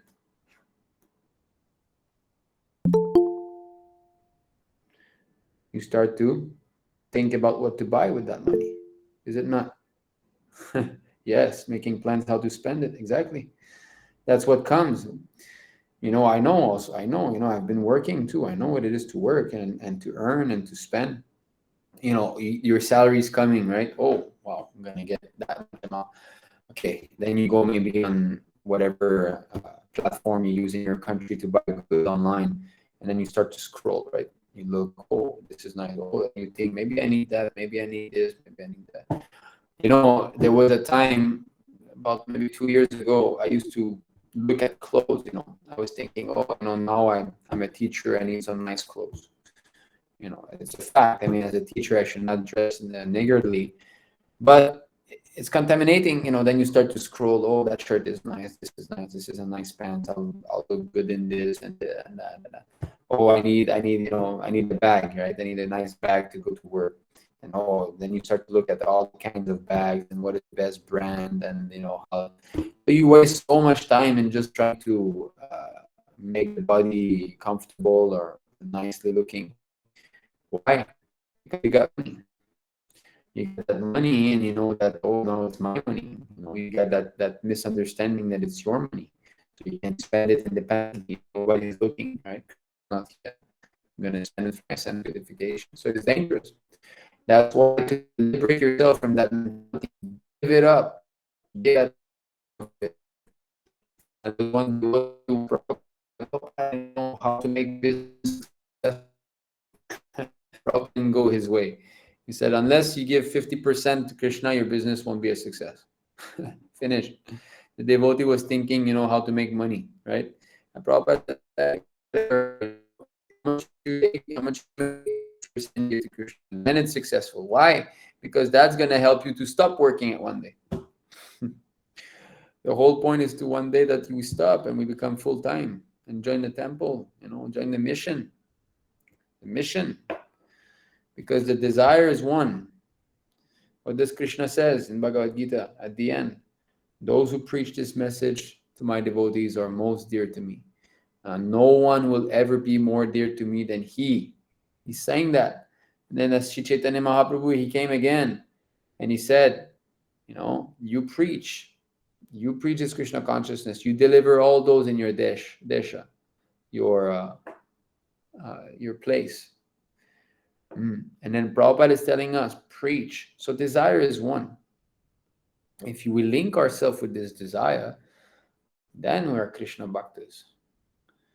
As long as we have a little bit of independence left, let me keep that side for me and this side for Krishna. Okay, Krishna will not force, but are we going back in this life?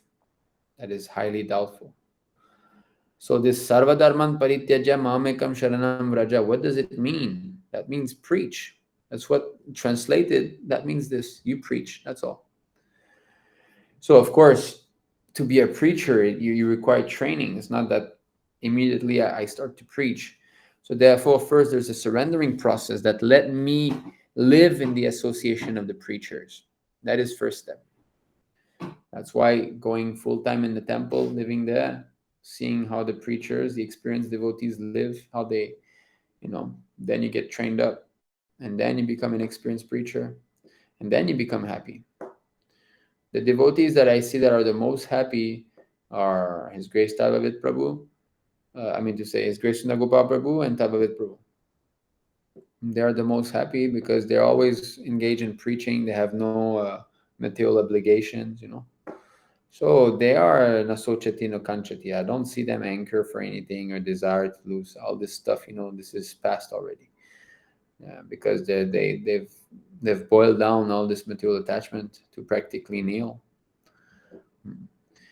Okay, start reading again that translation and go on. Those who are constantly engaged.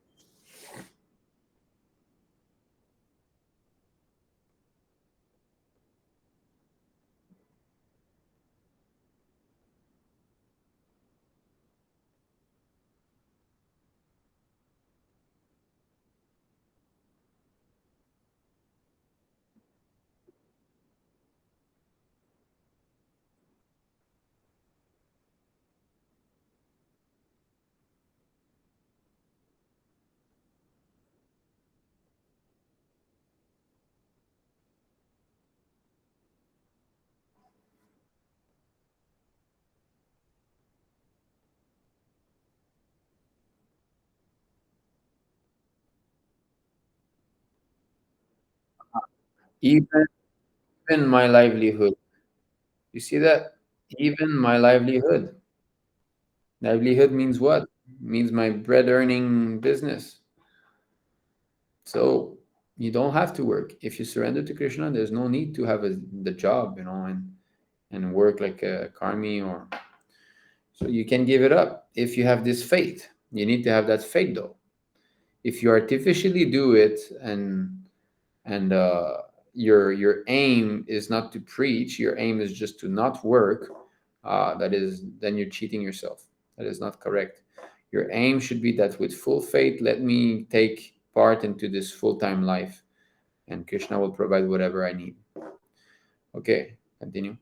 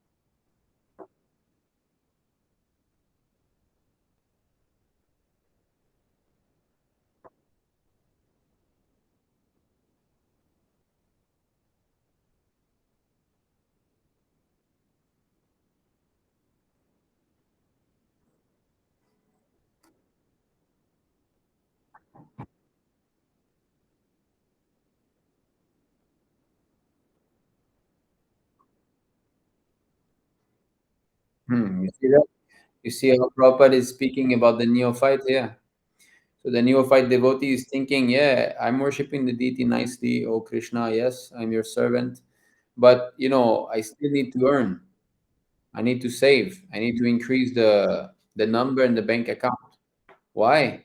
Well, because we all know that Krishna doesn't always protect his devotees, right? We all know that. So if Krishna fails one day, then I will have my money. This is the implication. This is what it means to increase the bank balance, is it not? Well, Krishna, we see so many devotees, they are having problems, they're having this. So that means what, Krishna is not there for them? No, they're not there for Krishna. If they were there for Krishna, Krishna will be taking care of them. But because they are holding back, then Krishna is holding back. As they surrender unto me, I reward them accordingly. If you fully surrender your life for Krishna, Krishna will fully take care of you. If you just take to deity worship and you make the bank balance swell, why would Krishna? Okay, you take care of yourself. You think you can protect yourself? That's fine. So therefore, this bank balance swelling mentality is demonic. In the Bhagavad Gita, it is said, I will gain so much more according to my schemes, right? I have that much now, and it will increase in the future more and more. So this greed for increasing money is a demonic mentality. It's dangerous, and that's why it's so much. It causes so many problems to have money, because it's it's um, it's based on atheism, basically. That's why the Brahmana is poor on purpose. Voluntarily, he accepts a poor life, that I don't have any possessions or very little possessions. And this way, you start to understand what it means to depend on Krishna, and you start to see his arrangement, how he would bring money and this and that. Now everything, the world goes round with money. So yeah, money will come. It's not that money won't come, it will come. But how will it come? That will be by Krishna's arrangement. Just like recently, my wife and I and our children, we went for a preaching trip. We went to another province. That's why I could not give any class. And over there, yeah, we had some nice preaching activity, and it turned out fruitful. We got one devotee out of that, and with her two children, one Mataji, and the two children, and she came to our temple. She left only 2 days ago. She stayed with us 10 days. So we made a devotee, by this endeavor. And while I was there, at one point there was the rent that I had to pay for this apartment here, and I was thinking, okay, well, now another 5,500 to pay, so expensive, and I had no money. I had no money in the bank or anything. I had very little, at least not even half of what I needed, and the rent was coming up. So I was thinking, okay, yes, yeah, I can speak a bit of the preaching trip after. So I was thinking, okay, well, now I don't have money and the rent is coming, and I'm here trying my best, to preach. It was really intense there. I've got, maybe I can show you this to show you how much I had no time. Actually, you cannot see it fully here, but you see Krishna inspiration. I have more than 1,000 message. I have to catch up. Actually, it's more like 1,500. So it's so busy that I could not even look at my phone hardly. I had to give up following the Krishna inspiration group. So I was thinking, okay, I'm enduring my best, and I don't have money now, and Krishna has brought money some way or another always. So I was thinking, okay, Krishna will bring money. I don't need to be anxious for that. I was thinking like that. So I had faith, because now he's proven to me so many times that he's there, and he's bringing money somehow or other every time we need it. So I was not anxious. Shanti. I had a peace of mind. Who can be peaceful when he's got no money in the bank and he's got a rent to come to pay? You show me one karmi who can be peaceful. Go ahead. You name it. It's not possible. So how come? I was chanting my round and I was thinking, no, Krishna will bring money. And like 1 or 2 hours later, my father calls me, and he's talking, and he says, oh, I've got some money now. I know that you have your car you need to pay. So how much you have left that you need to pay on the car? So he transferred 5,000 Canadian dollars, that's 25,000 yuan, that's 250,000 rupees. Boom, he transferred that much. So you tell me this is not the Lord? You tell me Krishna doesn't exist? Huh? You tell me that he was not there hearing my mood, feeling my mood, that I was confident he would help, and he reciprocated so fast, so much even.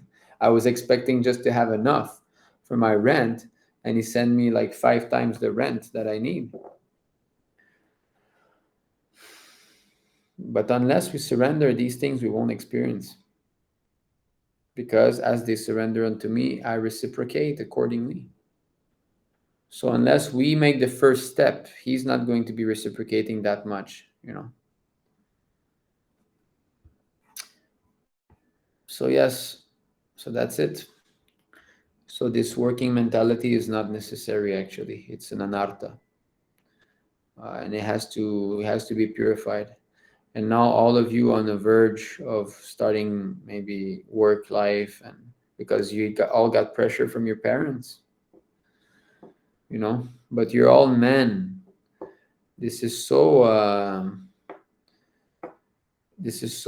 I mean to say, you're all men. You're very fortunate, because if you were in female bodies, then the game is different. You have to be dependent, you have to wait for a husband. That's why being born as a woman is, wow, is something I really don't want, because you can see how much they're all dependent on their husband. Some of them have husbands that are not so serious. Some of them have no husband and they struggle. But you're very fortunate, you all have male bodies, so you can be independent. Us in the West, I mean, we're pretty much independent, much more than Indians are. Like Sami Prabhu knows, right? He left very early. I left when I was 18 years old. I came to China when I was 18. And so in our so-called culture, at least there's this good point, that if one wants to take the spiritual life, it's kind of easy to leave behind, the family. Indian culture is very much traditional still, and marriage, children, house, all of this is like in the mind of the parents always. um, so but I'm telling you, if you make the choice now to leave and to just surrender, you won't regret it. You'll be happy. And the fight that you'll get with your parents, that will suit out in the future. As you advance spiritually, and as you become more fixed up and so on, that will suit out. It might suit out in the way that you'll just be so spiritually advanced that you won't care anymore. It won't affect you, because it's temporary. My parents' relationship is just this life. I've been here for billions of lifetimes, so I'll just need to tolerate one life, and it's for the benefit, because if you make it, then they make it. They'll be liberated also. Like Tabavat Prabhu, he's tolerating.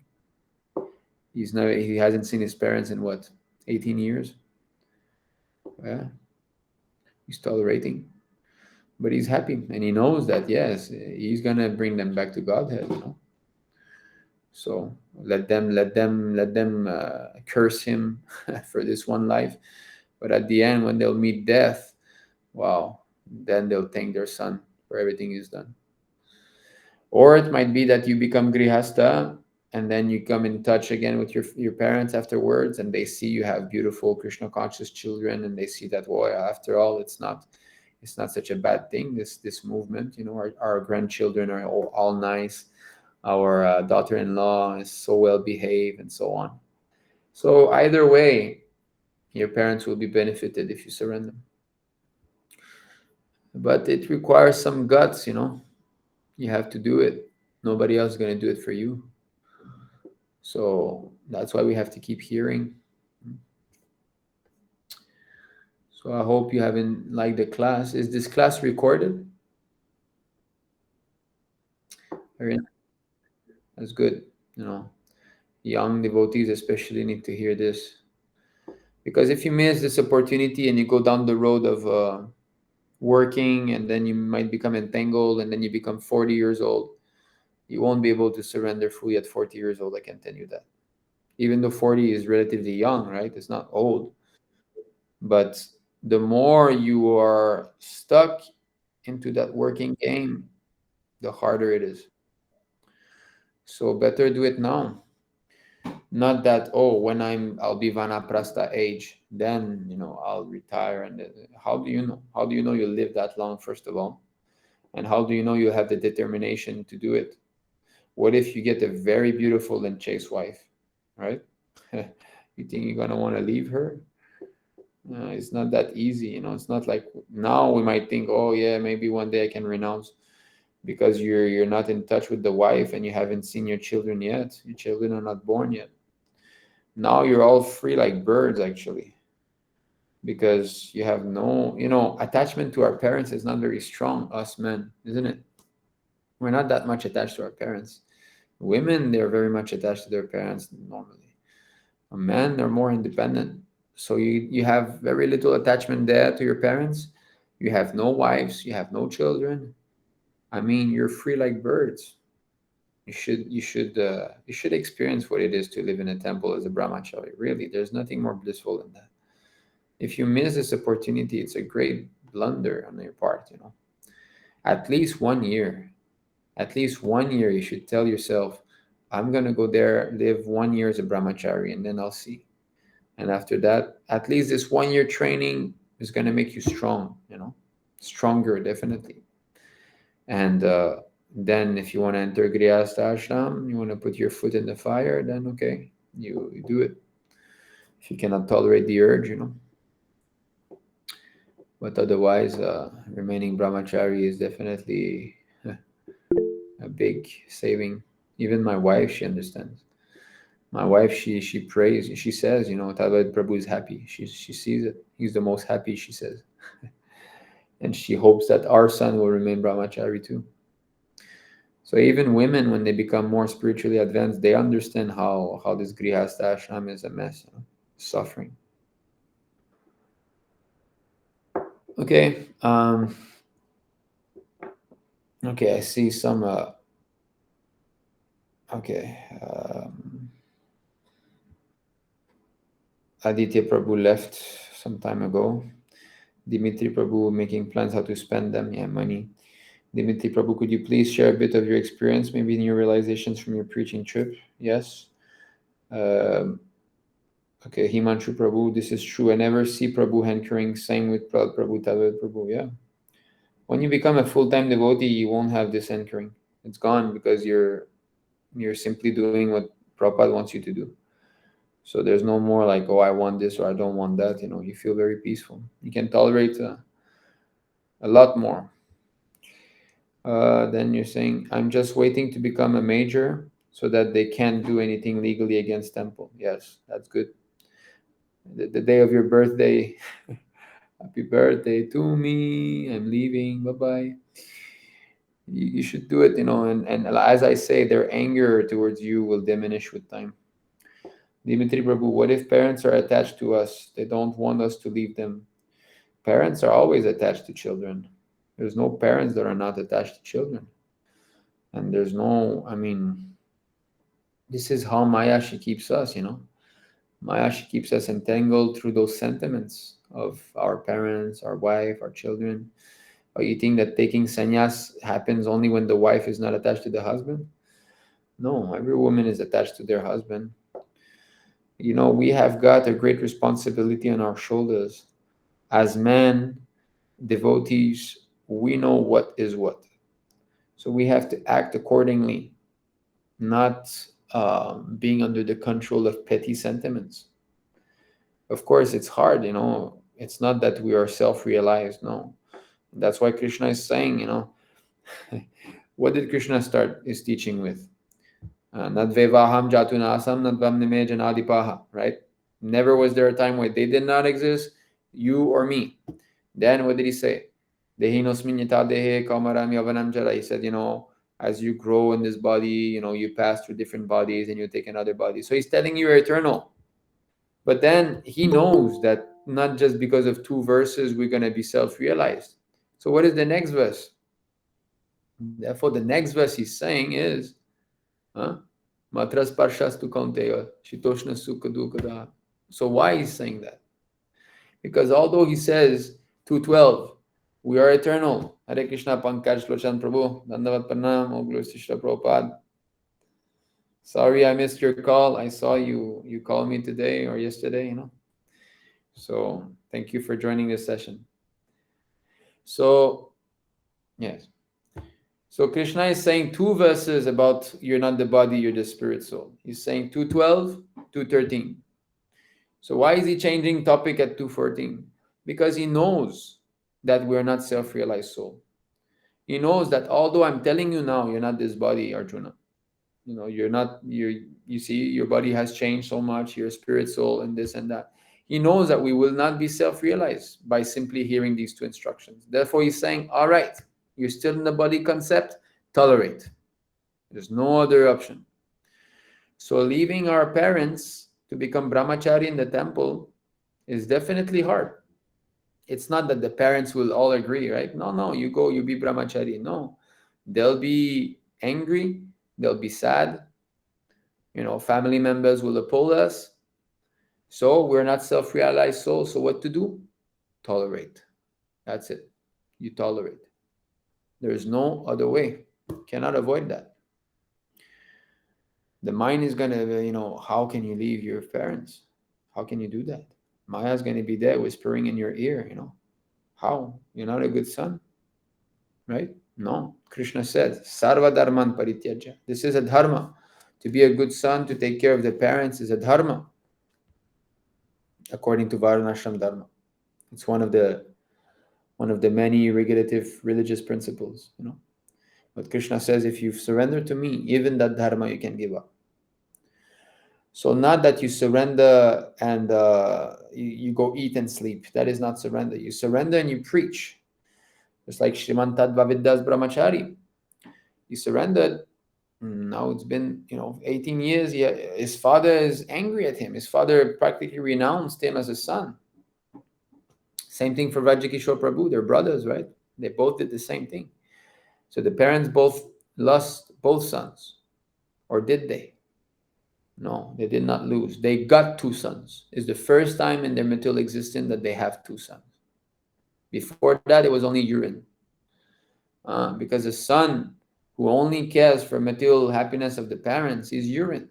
He's helping them going down to hell. But a son who surrenders his life to Krishna, he's a real putra, because he's going to be delivering his parents.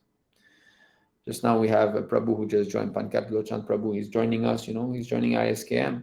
He's a brahmachari.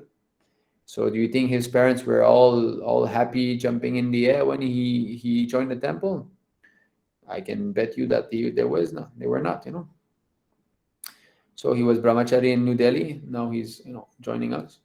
So, but he made the choice.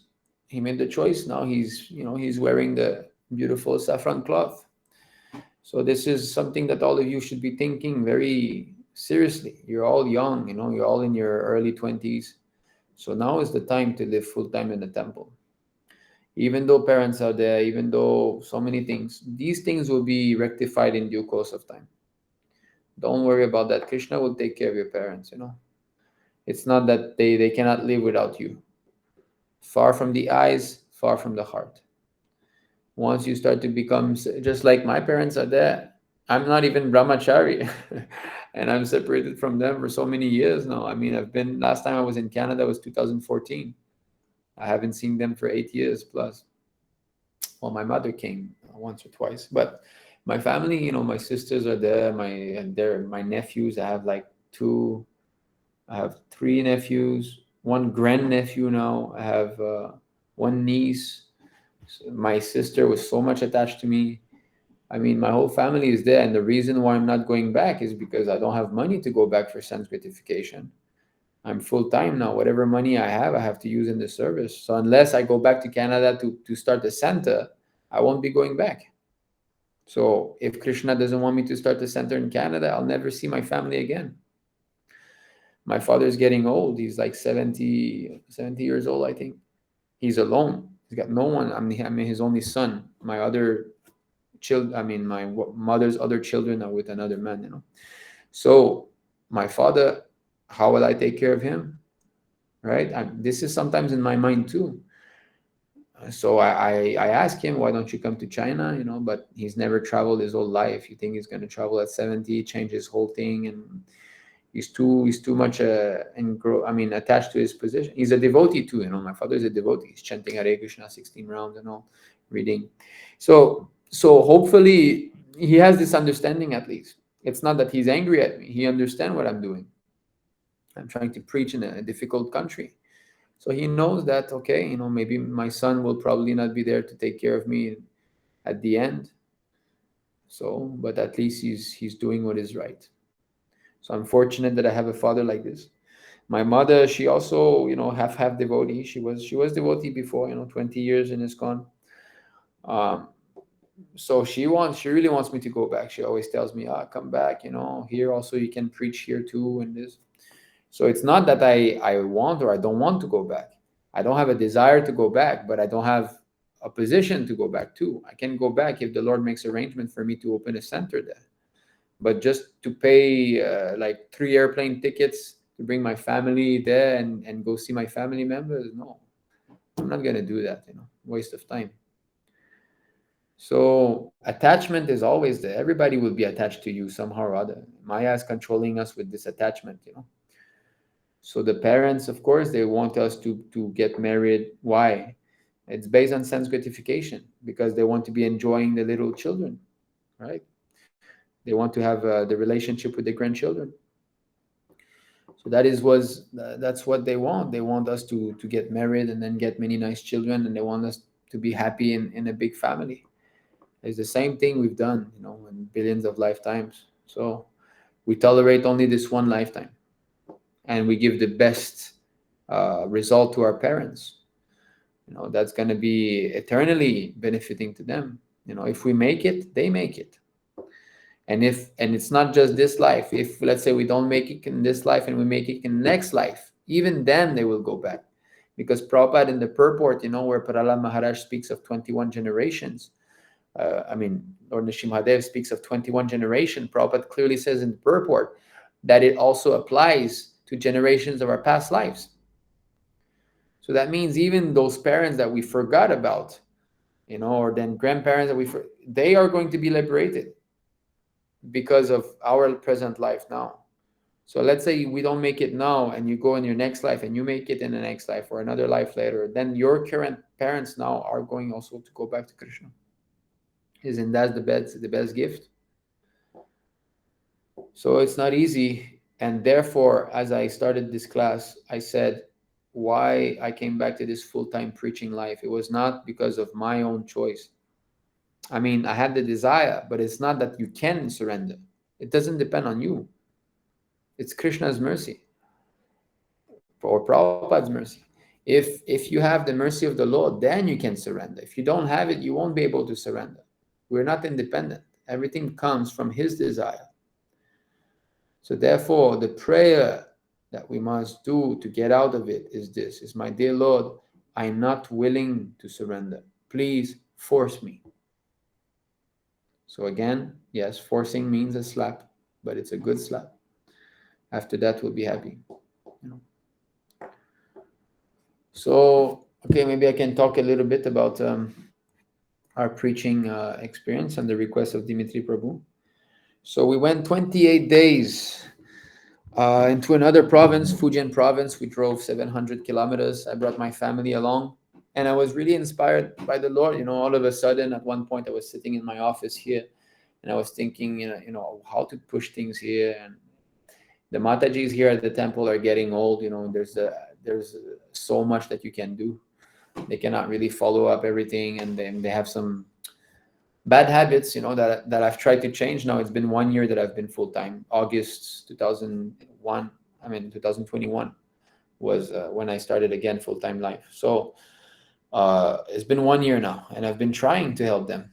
Some anarthas are there, like chanting, looking at the phone, and so many things. I don't want to be criticizing too much. They're doing the best they can. So I was kind of becoming agitated that what can I do? How can I things move? So I wanted some change. So I know that this Bhakta Mark, our friend, he's there in this province. He's got his business going on. So I was thinking, let me go there. Let me go see him and try to encourage him to surrender full time and come with us. Or at least not full time, but at least maybe move his business here in Guangzhou so that he can be near us. So that was my mindset. And I thought, well, while I'm there, also we can try to meet other devotees in the city or other well wishers and try to preach to them, because I know he knows some people. So that's it. So then I thought, okay, let me bring my family. It's going to be a nice change for my wife. She's going to be getting away from the situation here, because sometimes she gets influenced by the Mataji here. Not that she develops bad habits, but she gets demotivated. It's natural. You try to help someone and they don't change. So I just brought the whole family, and it was a very good choice, and definitely was Krishna's inspiration. Uh, we went there. Then I saw Bhakta Mark. I started to try to preach to him, and as I said in this class, he's very much addicted to Ugra Karma, working very hard like an ass. He's got these 4 or 5 monitor screens, and I saw how much he was, and I like him because he's humble. Um, he's humble in the sense that what I tell him, he listens, and he's like, yeah, okay, and he's a logical person. But because of this attachment to money making, and plus he's 40 year old, 40 plus, I know that he's not going to be able to change. So I accept him as he is. This is an important thing when we preach. We need to know who are we preaching to, how much we can push, and when we should stop pushing. Because there are some devotees that you cannot push anymore, especially those who are older. When you become older, you're like a beaten horse, or a war horse. Some horses back when they used to be war horses, there's only as much as a horse can, or I mean, in wars, a horse can see and go through. At one point, you cannot go into war anymore. He's seen too much. So at this point, you just let the horse live peacefully, eat grass. And so the same thing with the devotees. Sometimes they've seen too much. Of course, Bhakta Mark, that's not his, he hasn't seen enough. That's his his problem. But the Matajis here, the 3 Matajis, they've seen a lot. I mean, they joined the movement some 30 years ago, 40 years ago, 30 years ago mostly. So they've seen a lot. They've been through a lot, especially here in China. They've seen temples being seized by the police. They've seen some undercover cops infiltrating the Sangha and arresting devotees. I mean, you name it. They've seen the breakage of ISKCON splitting because, the Ritvik system started to be known. Some of their best friends left us, even starting to criticize, His Grace Nagopal Prabhu. So they've been through a lot, and now they're getting old, and they're women, and they're not married. I mean, Labanga Mataji, she's divorced, and the 2 others, they never got any men. So there's only as much as you can push them to do. So at one point, you just need to accept that this devotee is not going to be um, getting to higher standards anymore. So you just reciprocate with that devotee, as a well-wisher. But you try to maybe keep distance sometimes when they do their bad habits. You be with them when there's nice devotional activities going on, and when the bad habits creep in, then okay, you let them their free space what to do. They want some free time, some separate time. So same things with Bhakta Mark. I could see that when I was living with him. But he was quite he has this sincerity to want to help others, but he doesn't realize that he needs help. That is a main misconception of the Kanishtadikari, the neophyte devotee, is that he thinks, now I have to help others because I'm getting all this knowledge. Let me help others. That's not bad, but the thing is that you still need help. You're not in a position where you can actually help others. And Madhyama Dikari can make others devotees. The Kanishta cannot yet. So Kanishta means he should be engaged in deity worship, and he should hear from more advanced devotees. Then his faith in Krishna consciousness will increase. So, but I knew that Bhakta Mark, okay, he's 40-year-old, he's got his whole business. Yeah, same happened with Udit. Exactly. I told that actually to Udit. I told him, Okay, Himanshu Prabhu just left and he posted this comment. Anyway, there's this the Prabhu called Udit. He's a young bhakta from Udanaman, the island, in India. Udamanan. Anyway, I always confuse the M and N.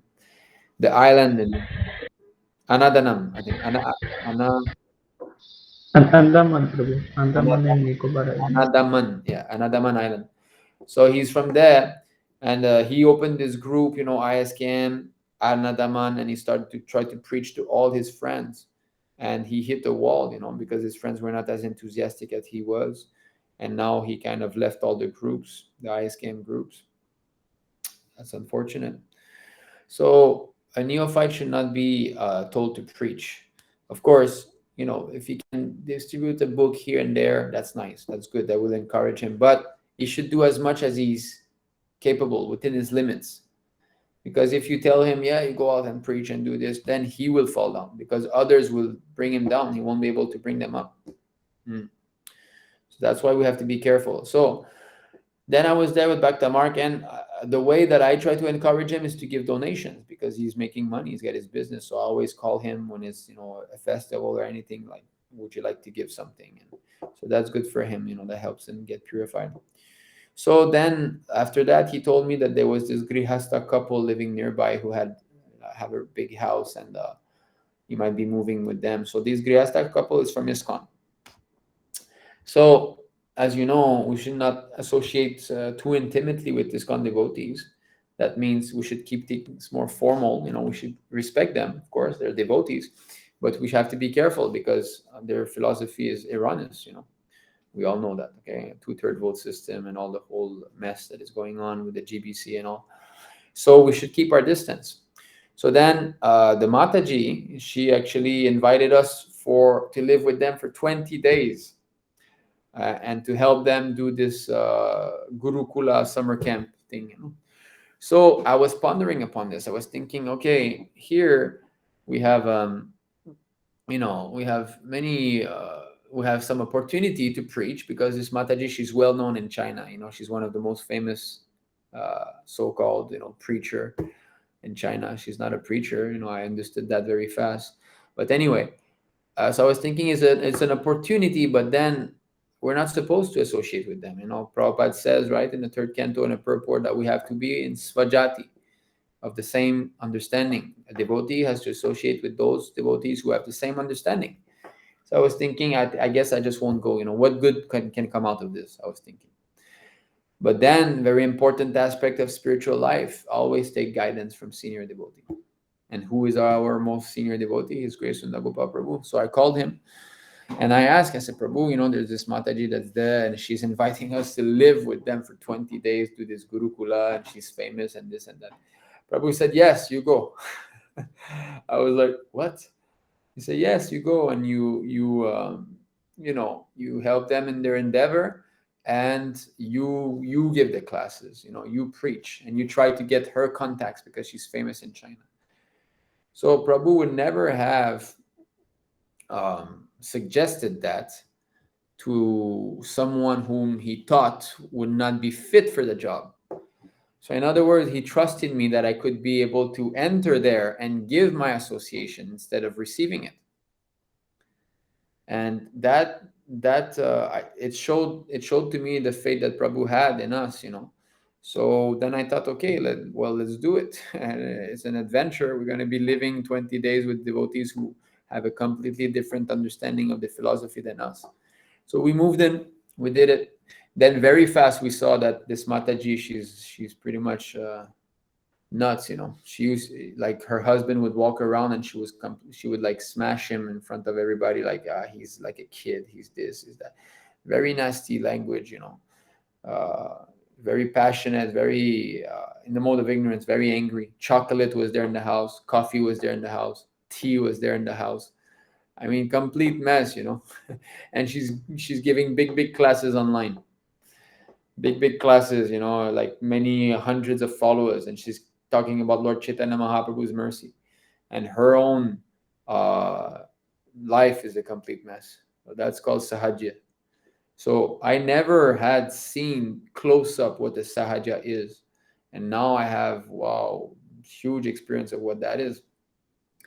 It's not beautiful. It's not nice. It's very harmful. They're very dangerous. These people. Um, okay, respect from afar. All right, you chant Hare Krishna, but nothing I want to have to do with that person anymore. But Sundar Prabhu is right. He said it's Krishna's mercy upon you, Krishna's arrangement. And yes, why? Because there's one Mataji who came there with her two children. She's homeschooling them. And that Mataji was very serious. So it was kind of an undercover thing, because that Mataji, the Sahaja Mataji, that lady, she used to give classes also sometimes to to that lady with her two children and so on. So it was only some sentimental nonsense. Oh, Chaitanya Mahaprabhu's mercy is upon us and this and that. So she would speak a lot of wrong philosophy. And then, so what I would do is that afterwards, after this class, I would go see the Mataji and the kids in their room, and I would give a class there. And I would bring Bhagavad Gita, and then I would make them see and, read for themselves. And you see what Prabhupada is saying here, we see what Krishna is saying here. So I would dismantle the previous class so that, Mataji's understanding would be straightforward. So in this way, I kind of played, as an undercover while I was there. So like in like a needle, but out like a plow. So we infiltrated the place, and boom, we came out with the Mataji who was sincere. So for 20 days, this was going on, taking care of some devotees and all. Some children, and it's sort of pushing us into a direction now where we think that we would be starting this, like a Gurukula / farm community, because the only reason why a devotee should be in the city should be to preach. City life is actually hellish. It's hellish. It's rajasic. You're surrounded by all sense objects in the city are in the mode of passion and ignorance. There's no peace of mind. I actually really hate city life. I only endure it just for the sake of preaching. That's all. Otherwise, I would be in the country a long time ago. But you see, but preaching in the city in China is really tough. Because the whole movement is centered around Harinam Sankirtan. The whole activity of the temple should be this: going out, chanting loudly Hare Krishna, and distributing books. That's it. But this, you cannot do that in China. You do this, you go to jail. So then what do you do? So then Prabhupada, he told us, farm communities should be there also. This is side by side. The Varna Ashram system is more centered around farm life. So then I think this is what Krishna is pushing us towards, because now we met that Mataji with the two children. When we came back from the preaching trip, we called her. She's actually living in a city next to us, another arrangement. And she just left actually 2 days ago. She spent 10 days with us here. So she has a very nice relationship with my wife. She's homeschooling her children. She understands now the importance, of giving this Krishna consciousness to the children from a young age. Children are not that young, 11 and 12 years old, but still they're very good boy and girl. And so now she's on board with us. And while she was here, at one point I sat down with her and I said, okay, now I need to explain to you something. And then I gave her a class 2.5 hours about the Ritvik system, and I recorded that class. I have a big TV here from the landlord, and I put the TV there, and I put the phone in front of the TV so that the class could be recorded. And I gave her 2.5 classes in Chinese. Normally my Chinese is really bad, but by Krishna's mercy, I was like fluent that day. And I went through many of the points, and after that she understood that yes, Guru is self-effulgent. He must be selected by Krishna. He comes on his own accord. Not that there's an authority above him that is going to chastise him when he does wrongs and put him back in line and this and that. So I showed, how Prabhupada was against this system of how Bhaktisiddhanta Saraswati Thakur was against the system that the GBC elects the Acharya, and then why is this in the movement now? And so I went through, the main points, right? So she accepts now. She sees, yes, this is bogus, and she's intelligent, so she could understand that the Mataji where we were in that province, she's a Sahaja. She takes things very cheaply. So now she's on board with us. So we made a devotee. When I joined 1 year ago, again, full-time life, I say again because I used to be full time, then I worked for 2 years, and then again, So I thought to myself, okay, in this I'll try 1 year to be here, and in this 1 year we need to make at least one devotee. That was my our goal. And you see, the year is closing now. I joined again August last year. Now we're August, and boom, we've made a devotee finally. Big bowl. Yes, Haribol, indeed. Prabhupada said to make one Chinese devotee is like making 1,000 Indian devotees. I don't know if that's true. True, bro. Many devotees quote Prabhupada saying this, so I don't know if I've never heard that, but definitely it's not easy preaching here. So since this Mataji's got two children and they're homeschooled, so the direction that Krishna is showing us seems to be this, to take care of children, to make them stronger. So in this way, get them from a young age. And plus, my son is turned 4 recently. He's going to turn 5 a year from now. I'm going to have to start to homeschool him because we definitely are not sending him to school. So that energy that I'm going to be taking to make him a devotee by homeschooling him, why not have other children and benefit other children too? So it seems to be going into that direction, and plus the three Matajis here, they can go on doing their deity worship and taking care of the center here, and us, we can be at the farm over there. They don't want to come. So I talked to His Grace Gopal Prabhu today, and that's what he said. He said, that's okay, there's only as much as you can do for them. They're comfortable in their material situation at the moment, the Mataji. But at least we raised the standard of deity worship when we came here. We brought Nitāi Sundar here. Now, is very beautiful darshan every day. So they're more dedicated to deity worship as they used to be. The standard was lower. So that was raised. And then there's a prasadam distribution weekly going on that they can manage also. We've seen that. The 28 days that we were away, they did it. So at least they can go on with this. Something is there to keep them alive. And we can start something else, a farm community. So I think this is where Krishna is slowly guiding us towards. So that's it. Our realization from the whole trip is that if you try your best, Krishna will provide. He will provide what you need, the money. He will send the devotees your way. So it's only about our sincerity. How much are we willing to surrender to please him? And then the result will come automatically. But we should not do it to get the result. We should do it just because this is, we're servant. This is our business. We have to do what Krishna wants us to do. So with that understanding, try our best. And if the result comes, then Krishna means Krishna wanted it. So, how could I know that, okay, this Mataji would come from Shenzhen and she would be there and I will, whole thing was completely out of my thinking and planning, but it happened. Okay, so I'd like to end the class here. So thank you very much for joining. Pankaj Lochan Prabhu, I've heard that by Sundagoba Prabhu that you going to Puducherry, is it? I think your microphone is off somehow, or maybe Bluetooth device is there. I cannot hear him. Can anybody hear him? No, bro.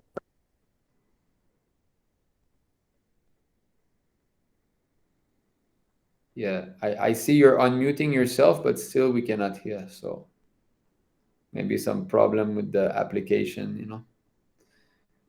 Can you try leaving and coming back in? Typing? So anyway, Pankaj Lochan Prabhu is, I think he's okay. You can just say a yes with your head. Are you going to Puducherry, Prabhu? Yes, Haribol. Okay. People. Oh, today, yeah? Today you're leaving. Okay. Very nice. So yes, we've got I am another. leaving on 31. 31, you're going to Puducherry also, Himanshu Prabhu. Yes, bro. Yes, Jai. So you'll be meeting I there. am going on second, Prabhu. Wow, all of you are going to meet up. And now Yes, bro. only, We'll all meet. yeah, Sami and Dimitri are missing though. They're far away in another country. Okay, that's great. So try to push things down there. Now you have such a great opportunity. You're all going to be associating with one another. You're all young and enthusiastic. So try to, push things. Help His Grace Prahlad Prabhu. Prahlad Prabhu is a very good devotee. He's trying his best to build a temple now. This is the first temple built by ISKM. So things are not settled. It's not that it's a full running fledged temple like in Singapore. No, you have to do the work. You have to support him to try to get the thing going. So even if sometimes you see some discrepancy happening there, never mind, because it's the start. When we start a temple, there's always some things that are not fully in order. So whether you see some devotees maybe not strict or anything, never mind. That will come later on. For the moment, the important is that we try to get that temple done and try to make devotees. So please offer your help as much as you can to His Grace Prahlad Prabhu. And I'm sure we'll have a wonderful temple very soon in the few years, there in Puducherry with many young, enthusiastic devotees. So thank you very much. Thank you so much for joining the session today. And please upload Thank you, this. Prabhu, for the class. I think we've, Prabhupada's class, this class of Prabhupada that we've covered is really very powerful. It shows that actually working is based on false ego. We don't need to work to maintain ourselves. Krishna is going to maintain us. Even as grihastas, Prabhupada said it, even my livelihood, we can give up, because Krishna says sarva dharman. If you have faith actually that Krishna will take care of you, then yes. For them who constantly worship me with love and devotion, I carry what they lack and I preserve what they have. But Prabhupada in that class, he translated how? He said, I will take care of whatever necessities that they need. I will give. That's how he translated. So this eating and sleeping, what Krishna cannot take care, of course he can. And he cannot take care of our family if we surrender, of course he can. So that faith we must have. Okay, thank you. Vanchakal patriyubhascha kripa sindhu bhyeva Patitanam Pavanebhyo Vaishnavebhyo Namo Namaha. Anantagati Vaishnavan ki jai. Jai, Prabhupada ki jai. Jai, Jai. Hari Hari Bol.